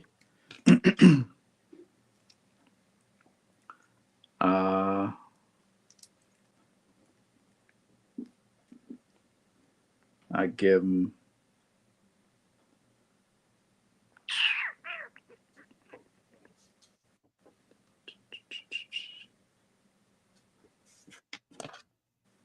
Oh, 14, 17, 14, 17. 17 for 26. 201 in the air. 64 rushing yards. 3 touchdowns. 3 touchdowns total. I'll say 3 touchdowns total as well. Yeah, I'm at 3. Yeah. All of the touchdowns. I mean, somehow responsible for all the touchdowns. All right. I'm also gonna do for me passing yards for Mahomes because even though we know Patrick can scramble and does his thing, we don't think about him with the amount of rushing yards. The way we do, and we think of what Jaden Daniels, what Jalen Hurts is capable of pulling up. Definitely Josh Allen. So I'm just gonna stick with the passing yards because I don't, and I'm not gonna put him relatively high for Patrick Mahomes because I don't know, even though I have them winning this football game, I think they'll be able to get some of that on the ground, Pacheco or Hunt or end around somewhere. So, and I think the defense at times will put them in good enough position at times, so whereas they'll be able to not have a travel to field. So I'm just gonna leave Mahomes at about 230, about 230 passing yards in this bad boy. And what I got them at 31 points. Yep. No, you got them at 27 points.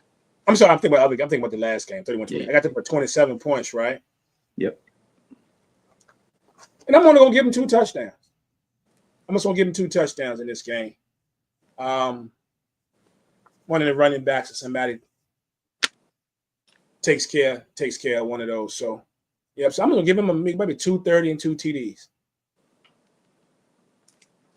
I got 23 for 31, 226 yards in the air, 2 TDs, 35 yards on the ground.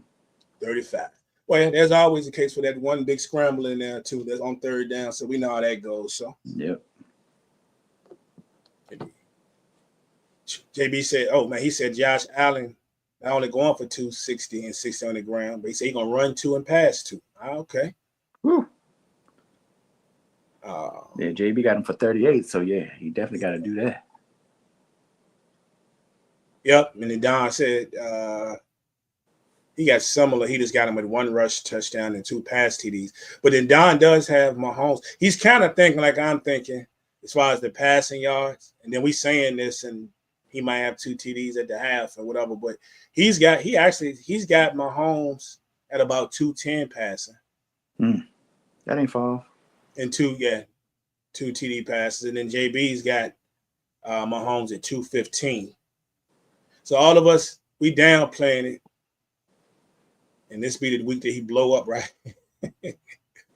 You had those meager numbers. He can finally catch Hollywood Brown on a 60-yarder. So interesting enough. Cannot wait for this football game, man. I cannot wait for this football game. You got anything else you want to touch on this game before we close to getting out of here? But we're gonna talk about these coaches real quick. No, I don't think I have anything else on this game. Just I'm excited for it. I'm not in a rush to get to it because I got other business prior, but we'll get to it, Indeed. All right. So hope everybody enjoys the games, whether your team is playing or not. They ought to be fun. Please, no blowouts. Just I need to see some good stuff in here, man. Hey, Prime. Yo, do you like them big hats? Them big jumps? The big boys. I mean, it's funny seeing people with them on. I don't think I'd ever buy one, but I'd never try to own one. But them jumps are crazy.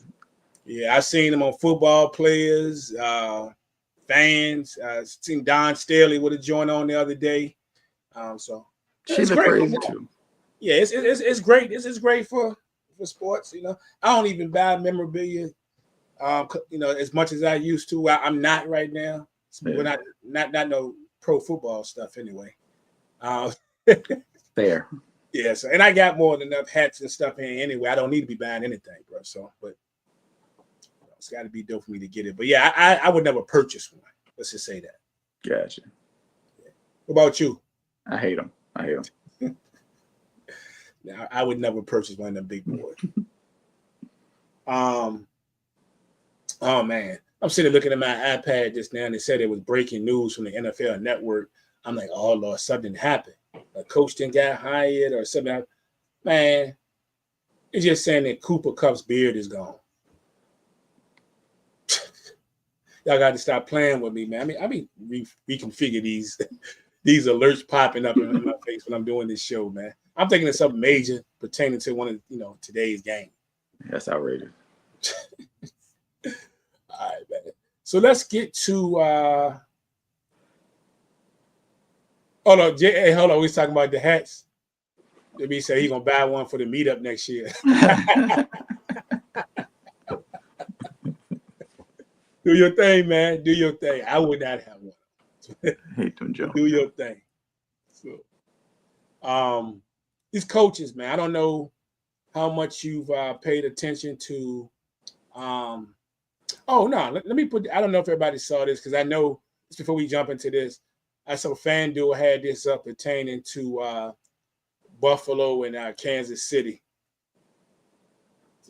A guy by the name of Zach said, "Dear Josh Allen, please beat the Chiefs. Sincerely, literally everyone in the world." So we know how you feel. Okay, we get it. We get it. Dang. America does not want the Chiefs to go back to the Super Bowl. So the Chiefs are the new Patriots. They turn into the villains all of a sudden. The people ain't done nothing to nobody. Right. Just beat them. Done nothing to nobody. So, but yeah, man. So some quick coaching moves, man. Some things are taking place within the coaching where I think we won the show last week, and there were quite a few openings. And I think now in the NFL, we're only down to one opening. And the one opening is the Saints. Trying to fill the Saints position. And of course, that we're hearing the names that are coming up. And the most notable name, of course, is still Mike McCarthy. They seem to be very interested in Mike McCarthy, but they also are interested in talking to some other guys, notably Kellen Moore. I'm supposed to interview with him, and it's a couple of other folks. I think the Saints initially, their guy was one of the guys that we're about to talk about in a minute was Aaron Glenn. Mm-hmm. But, New York was smart, and they were like, hey, we not letting Aaron Glenn out of the building. Right. You know, reports came out from Adam Schefter earlier in that week that their intent was when they do the interview not to let Aaron Glenn out of the building. So he ended up getting the job, and he's there. So now who gets the Saints job, we don't know. Yeah, we don't know. Maybe we could find out as early as today or tomorrow. Tomorrow, yeah, true. Yeah, so depending on what happens, I doubt it would. If they want to interview some of the people that they're talking about, then I doubt it would be today. Now, if they're not interested in interviewing, you know, a couple of the guys that seem to be on that list, there's a Washington assistant, you know, there's a guy on your staff. You can take Joe Brady, the Buffalo coach, out of the mix, I believe, because he reports came out the other day that he was taking his name out of the mix for head coach that he was going to stay. Mm. But one of these candidates, we heard that too already. They end up taking a coaching job. So I was about to say, isn't that happening to somebody else? Yeah, I hope it happened to the guy down in the bottom right hand corner, Liam Cohen, who is the new head coach of the Jacksonville Jaguars. He was the OC down in Tampa Bay. So he went from I'm good, take me out of it, I'm staying. Then all of a sudden, Shad Khan of Jacksonville makes a couple of moves, kicks a couple of people out of the organization, and this man throws his hat right back in the mix. So I don't know if he just didn't want to work with Baalke. I don't know. That got to be it. But that happened real quick. Right. See, y'all got to get bro out of there. Nope. I thought y'all was clean the house. The house ain't clean. Where the dust pan at? And they said he had just had a conversation with your boy Baker Mayfield. Like, I'm don't worry, but I'm good. I'm staying. We're gonna be together. You know, we gonna continue to do this thing just to turn around like a day later, and for this to go down. So, right. Very, very, very interesting there, and the move that they made. Let's see what we got here. So we got a question. He says, "How good is Detroit next year?" I don't know. That remains to be seen. Since two of their two top assistants are gone, we were talking about that last week. Who do they get to fill those positions? That's really interesting. How much of these losing 2 years in a row to some of the players be? How much does it affect them? Who's going to be there? Like I said, I still haven't looked at Detroit's salary cap situation yet. But if you look at it, starting with Ben Johnson, who was the hottest young coaching candidate out there, he took the job in Chicago. He took the job in Chicago, stays in the division, which I think is just super huge in itself. Did you have any thoughts on it when you saw that he was staying in to go to Chicago? I thought that turnaround was super quick. But I guess, once the season's over, the door opens, you got to take advantage of it. And he said, this is the job I want. Did I tell y'all that I want the job? I want the job. He wanted that job. I'm assuming he sees something in Caleb Williams that he believes he could work with. So that's good to know. That's good to know. As somebody that has shown some success or had some success recently sees that same potential for Caleb Williams. So that's cool. But yeah, I mean, he was getting somebody's job. He was getting somebody's job, so he won't go be in Detroit. Yeah, coming in with a young quarterback, coming back, you bringing back DJ Moore and Ron Odunze. Maybe figure out the running back situation, possibly a pretty good defense. I think he's going to a great situation. And I don't know if you saw the press conference, but I got this quick clip. I love this one. Check this out. Dan Campbell, Kevin O'Connell. You're talking about two guys that are up for Coach of the Year awards as the season ends here. And to be quite frank with you, I kind of enjoyed beating Matt LaFleur twice a year.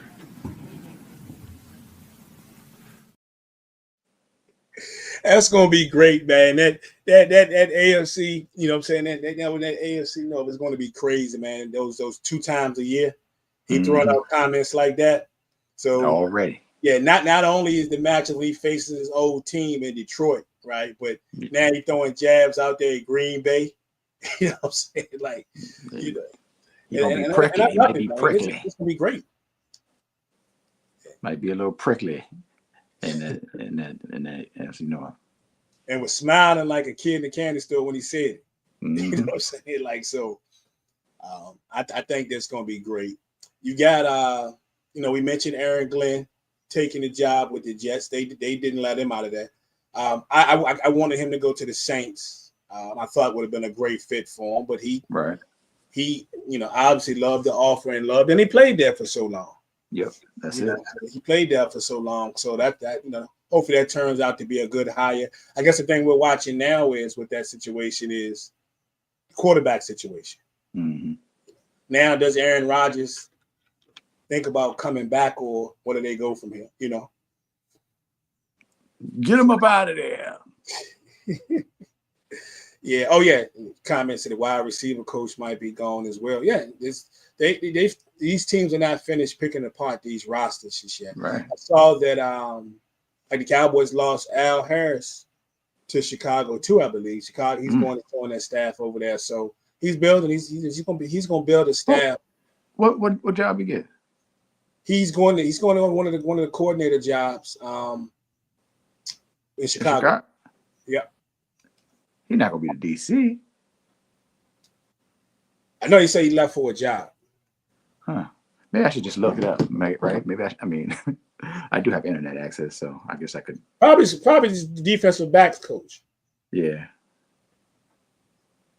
I mean, he's going to a good. He's a coordinator. As a coordinator. Yep. Because they was trying to get they were adding Antoine Randall L. That's a name you ain't heard in a while. They were adding Randall L. to their coaching staff too. Yeah. That was the one when dude got mad in the group. Mm-hmm. Because you think Ben Johnson said he wasn't gonna snatch anybody from the staff. Yeah, so that's gonna be interesting there. In Chicago, Harris will hold the title of passing game coordinator under Ben Johnson. Passing game coordinator. Interesting. I've heard that before. Interesting. I've heard that before. So which could mean that he also the head DB coach. Because when it comes to coaches and coordinators, you can hold a title and still not be in charge of everything. You know what I'm saying? You could be the defensive coordinator, but you got somebody else being the passing game coordinator. Or you can be different people hold. It's like coaches. It's like offensive coordinators. We've seen offensive coordinators be offensive coordinator, don't call no plays. You know what I'm saying? So true, but I mean, he wouldn't be the he wouldn't be the passing game coordinator and then the defensive backs coach though, right? You can do that. How? You've got people working under you.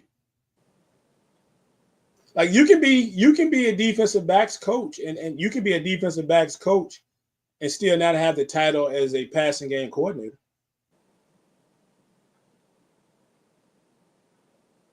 It happens. It happens on both sides of the football. Gotcha. Yeah, it happens on both sides of the football. Let me see. Yep, Jason. Yeah, he's coaching the DB, same position he held for us. Okay. I wish we could have kept him. Pete Carroll's back. Pete Carroll's back in the mix. And going to the Raiders, which I low-key, I like it. I like this move. So now what's going to be funny to watch is, does he bring Russ in now? Yo! Yeah, Russ, there's a possibility. Russ could be, him and Pete supposedly had a great relationship. And if you remember when all of this mess was going down about where Russell Wilson was going to be, Wilson was pushing to get with the Raiders.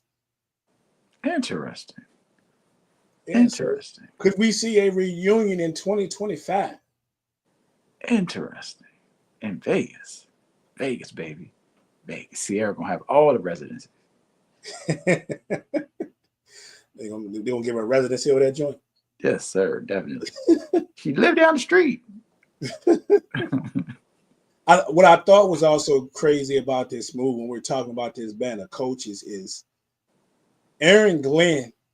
Did you realize that Aaron Glenn was Pete Carroll's first draft pick with the Jets? Oh, yeah? Mm-hmm. Did Wow. he pick the number 12, I believe it was, back in, what did it been, like 94? 95, whatever the time period was. Yes, Aaron Glenn was Pete Carroll's first draft pick as a head coach. That's cool. That's cool and wild to see Pete is out here with the job and Aaron got a job too. Like they got the same job at this point. Pete's still going. He's 73, right? Yep. Oh, now the oldest coach in the National Football League. Wow. Yep. Out there doing his thing. Yep. I'm looking at his 1994 draft. I had to make sure. That's all right. That's all right. No ageism. No ageism. Yeah. So shout out to Pete, man. Shout out to Pete still doing his thing, doing what he loves, man. Hope he can bring some respectability back over there with Brady and them. Yep. And get the Raiders back. I know my bro Randy Doc would just love that. Indeed. Yeah, so we were talking about it in the group chat.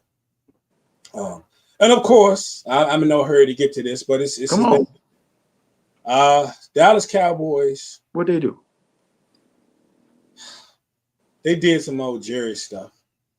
Hired Brian Schottenheimer from within as the head coach of the Dallas Cowboys. And not only did they hire him, they're giving this man a 4-year deal. And I seen all y'all in there celebrating.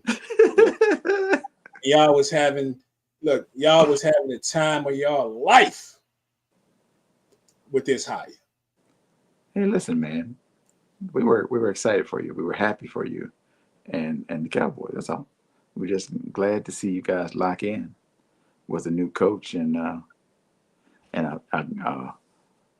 a football legendary last name of Schottenheimer. No, man, I don't really feel no way about it. Like I had somebody look at me the other day and was like, they was mad with me because I ain't have a whole lot to say about it at the time. My thing is, what did you guys expect? What did you really expect? What is Jerry Jones? It's Jerry Jones. What did you? I'm not want to allow that guy to upset me anymore. I told y'all that. What they always say on the internet, especially the lady, mess up my piece or whatever. I'm not. This is Jerry Jones. What do you guys expect? Here we are, 30-something years later, still trying to prove that he was right and Jimmy Johnson was wrong. Mm-hmm. Like, what did you guys expect, bro? Like, so no, I'm not. I'm not. I never thought that Deion was coming. And to be honest with you, I didn't want Deion to come. Scapegoat. Yeah, I mean, it's my guy. It's my guy. I wasn't overly impressed about Deion coming. Yeah. But when you looked at everybody else, everything else that was left out there on the table, what move would you really think he was going to make? I mean, so I don't know. Like, some people out there. I mean, I ain't gonna lie. My first thought was, well, Darren, if you're gonna do that, you might as well just call McCarthy back. Say, look, maybe he was gonna go off on the wrong foot. You know what I'm saying? Look, we still out there. We still here to talk. So ain't go right. Get on the plane and come back. I mean, you might as well have done that. Oh, call Kellen Moore. Oh no. I was about to tell you now. The one thing, there's a good thing about them hiring Schottenheimer is that means Kellen Moore can't get the job. So if we want as a positive, this means Kellen Moore can't get the job. Dang. I mean, we know this is because of the Jerry hire. I don't know what type of backbone that Schottenheimer got, but he's been in the organization, so he obviously know that how Jerry operates, and Jerry can pull the string. Yep. There was never a question if Kellen Moore got the job, who was going to really be pulling. Kellen won't be able to do anything, man. He's just a guy with a headset and a clipboard. Headset and a clipboard. That's it. Dang. So I don't really feel any way about it for real. We got richest NFL team in football, but you can't go out. You don't want to spend no money on buying nobody out. Whatever Deion would have been what, $8 million or something. I don't know. I know Belichick's was high until June or July 1st, and it drops down to like $1 million. But you got all that money, and you don't ever want to spend no loot on nobody. So Belichick surely won't come around that jump. Yeah, so that's crazy. And the Dallas Cowboys, what do I say? And the Dallas Cowboys are the first team in NFL history to be eliminated from contention twice. Dang. That's coming from a Cowboy fan right there. Right. That's a Cowboy fan putting that up there. So, look, he and I were talking about this the other night, a couple of nights ago, and I was like, look, I said, well, at least we get it out the way early.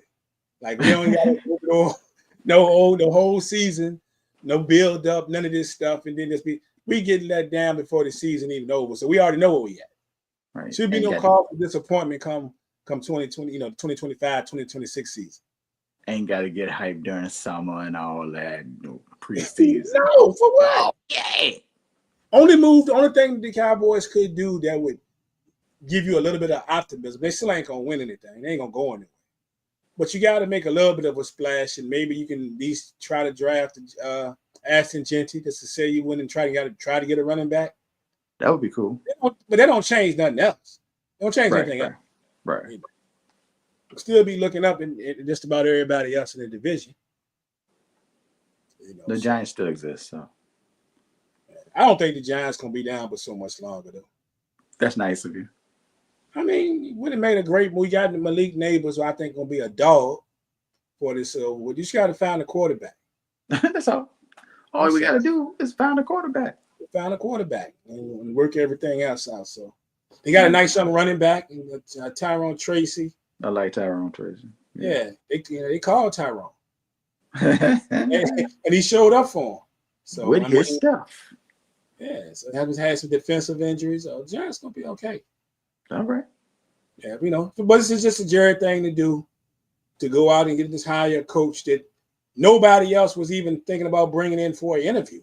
That's what I said this morning. I was like, ain't nobody even mentioned this man. So we talking about, we got cats, talking about Joe Brady and all these, other assistants. Nobody was even thinking about bringing Schottenheimer in for an interview. Jared was like, aha.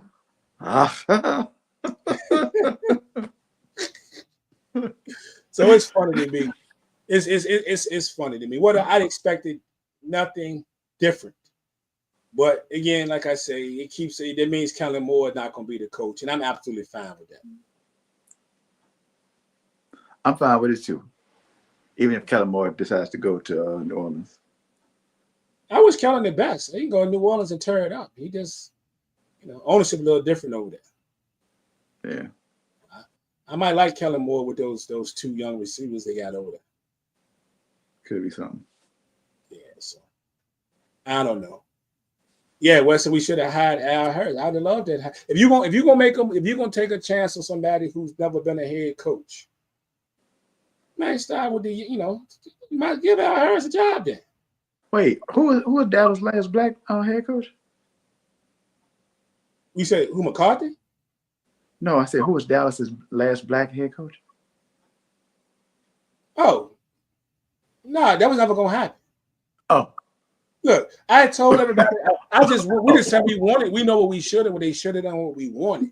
Yeah. But like I told everybody before, man, Jerry ain't hiring no black head coach unless it was Deion. Yeah, that's it. And Deion is like Will Smith or Denzel as an actor. Yeah. They are above the confines of being black. They're just who they are. They're just a person. Do you remember back in the day? I posted the commercials a few times in the group, but the old 90s commercials with Deion and Jerry Jones. I remember one. Get me, Deion. Get Deion on the phone. Or get me Deion Sanders or whatever. And you don't remember the old joints they had? They used to come on right after the Cowboys signed him. They had the joint. They had the Nike commercials, all that. I was trying to think of what it was for. Nike. I don't remember. They had a couple of them. They had that joint. It was a Nike commercial. They was playing the old theme from the old Dallas TV show. We remember with J.R. Ewing and all them. Had another one. They had like 2 or 3 commercials they did back then. And Jerry was loving it because prime time. Right. What you gonna play is gonna be football or baseball. Both. And I remember that. They had like 2 or 3 commercials, man. I remember that. Yeah. Jerry would make that move for a black quarterback, a black coach, then it was Deion then, because it's all about the dollar, right? Yeah. It's Deion. The spotlight, and that's Deion. And there would be a win-win situation for them financially. That's about where it stopped. Prime. Yo. Can you see Jerry Jones singing Jennifer Hudson's Spotlight? Deion coaching. I don't like living under your spotlight. No, no, sir. It won't be Jerry. Not in this lifetime.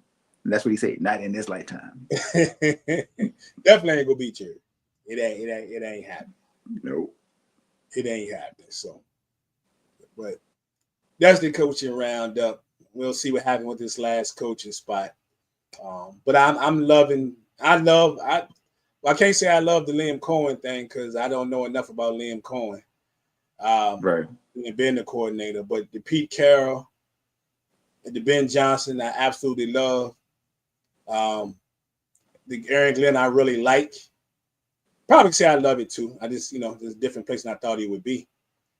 But it's time for the Jets to be good again. Now, how many years have I been saying that on this show? More than should be allowed. 14. So hopefully Aaron Glenn can be the guy to get them there, man. We shall see. What else we got, man? That's all I got. In life, I don't know. But there ain't nothing that's even important except for what's happening in the hour. Ain't really nothing else important. Actually, I need some food. I don't know what I'm going to eat. I don't know what I'm going to eat. My wife is gone. She probably won't be back till late tonight. I got to get some food in the next 57 minutes. And it's got to last for the rest of the night. So, you got in the crib? Is it DoorDash involved? I mean, I don't know. When I was in Philly yesterday, I saw a Blaze Pizza and my feelings was hurt.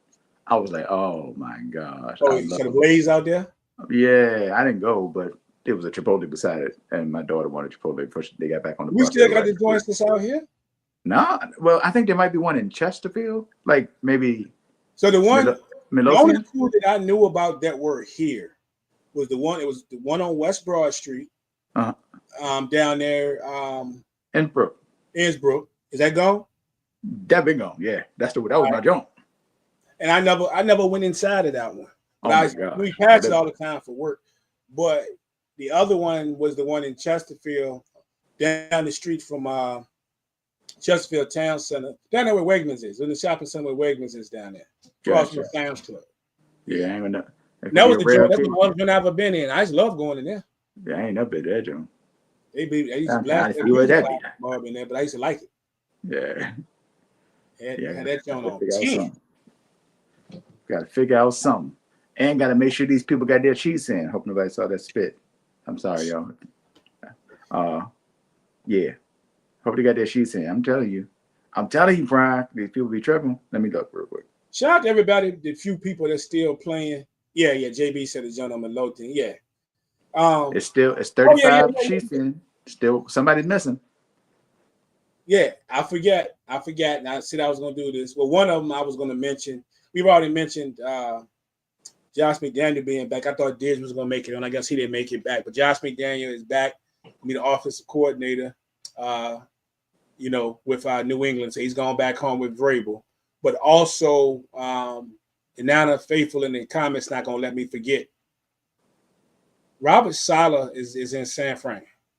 Back in San Fran. You're going to be calling that defense. That's definitely a win for San Francisco. Facts. That's definitely that's a nice high. Cuzzo was hype. I don't blame him. And shout out to my guys too. And I don't know, I'm sitting there looking dead at it in front of me, which was one of the first things that I was meant to mention. and we got in this other conversation, and two of our guys mentioned it. The AFC West coaching tree is going to be crazy next season. Provided Andy Reid doesn't retire, which he didn't sound like he wants to retire anytime soon. But man, you got Sean Payton, you got Pete Carroll now, you got Harbaugh and Andy Reid all in the AFC West. Fire. So we're talking about how fun that NFC North is going to be just with with Ben Johnson making that move and the fun that they're going to have and how competitive that division was this year. That coaching setup in the AFC West is crazy. Facts. Looking forward to it. Yeah. Pete Carroll only exists to annoy Jim Harbaugh for the rest of his life. Look good in black, man. People look good in black. Black sweatshirt, whatever. People look good in black, man.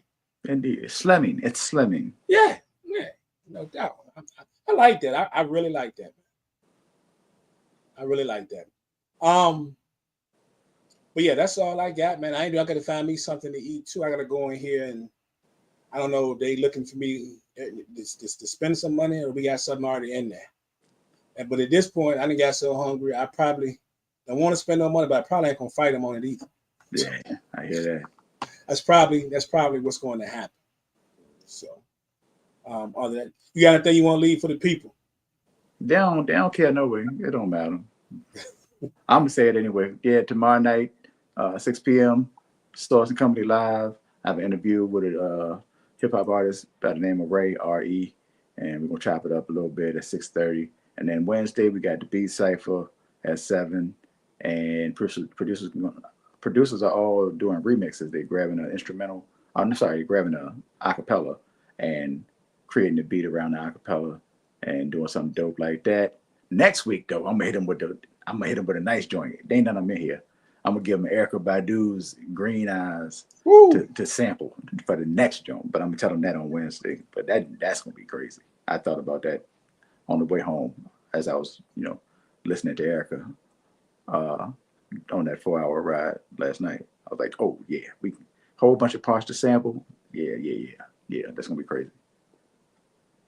Yep, and I appreciate everybody checking in with us, man. I saw we had a little more traffic on YouTube than normal. We're trying to build that channel up, so appreciate y'all that checked in through YouTube. And those, if you watch us over in the group or whatever, that's great. But hey, go on and click that subscribe button and watch us on YouTube. So, because I told you some things that are coming that won't be live in the group that I may share later. They're going to be exclusively on YouTube. So, appreciate that. And like I say, if you're new, this is your first time watching, we got the SBP, sports talk is our thing, but hip hop, television, and movies are always in play. So I was looking for that big SBP symbol. That's where we're going to be at.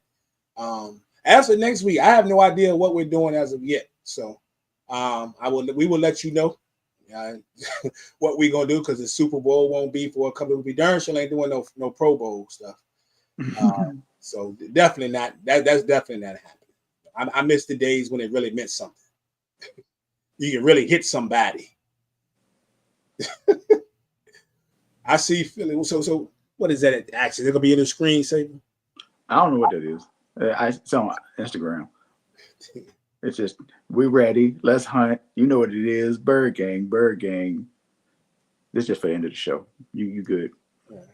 Another way, on my end, go Schottenheimer, I guess.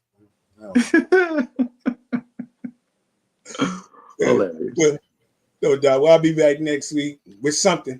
We'll let you know what it's going to be when we get there. But until then, enjoy your Sunday, y'all. Appreciate y'all. Let's go.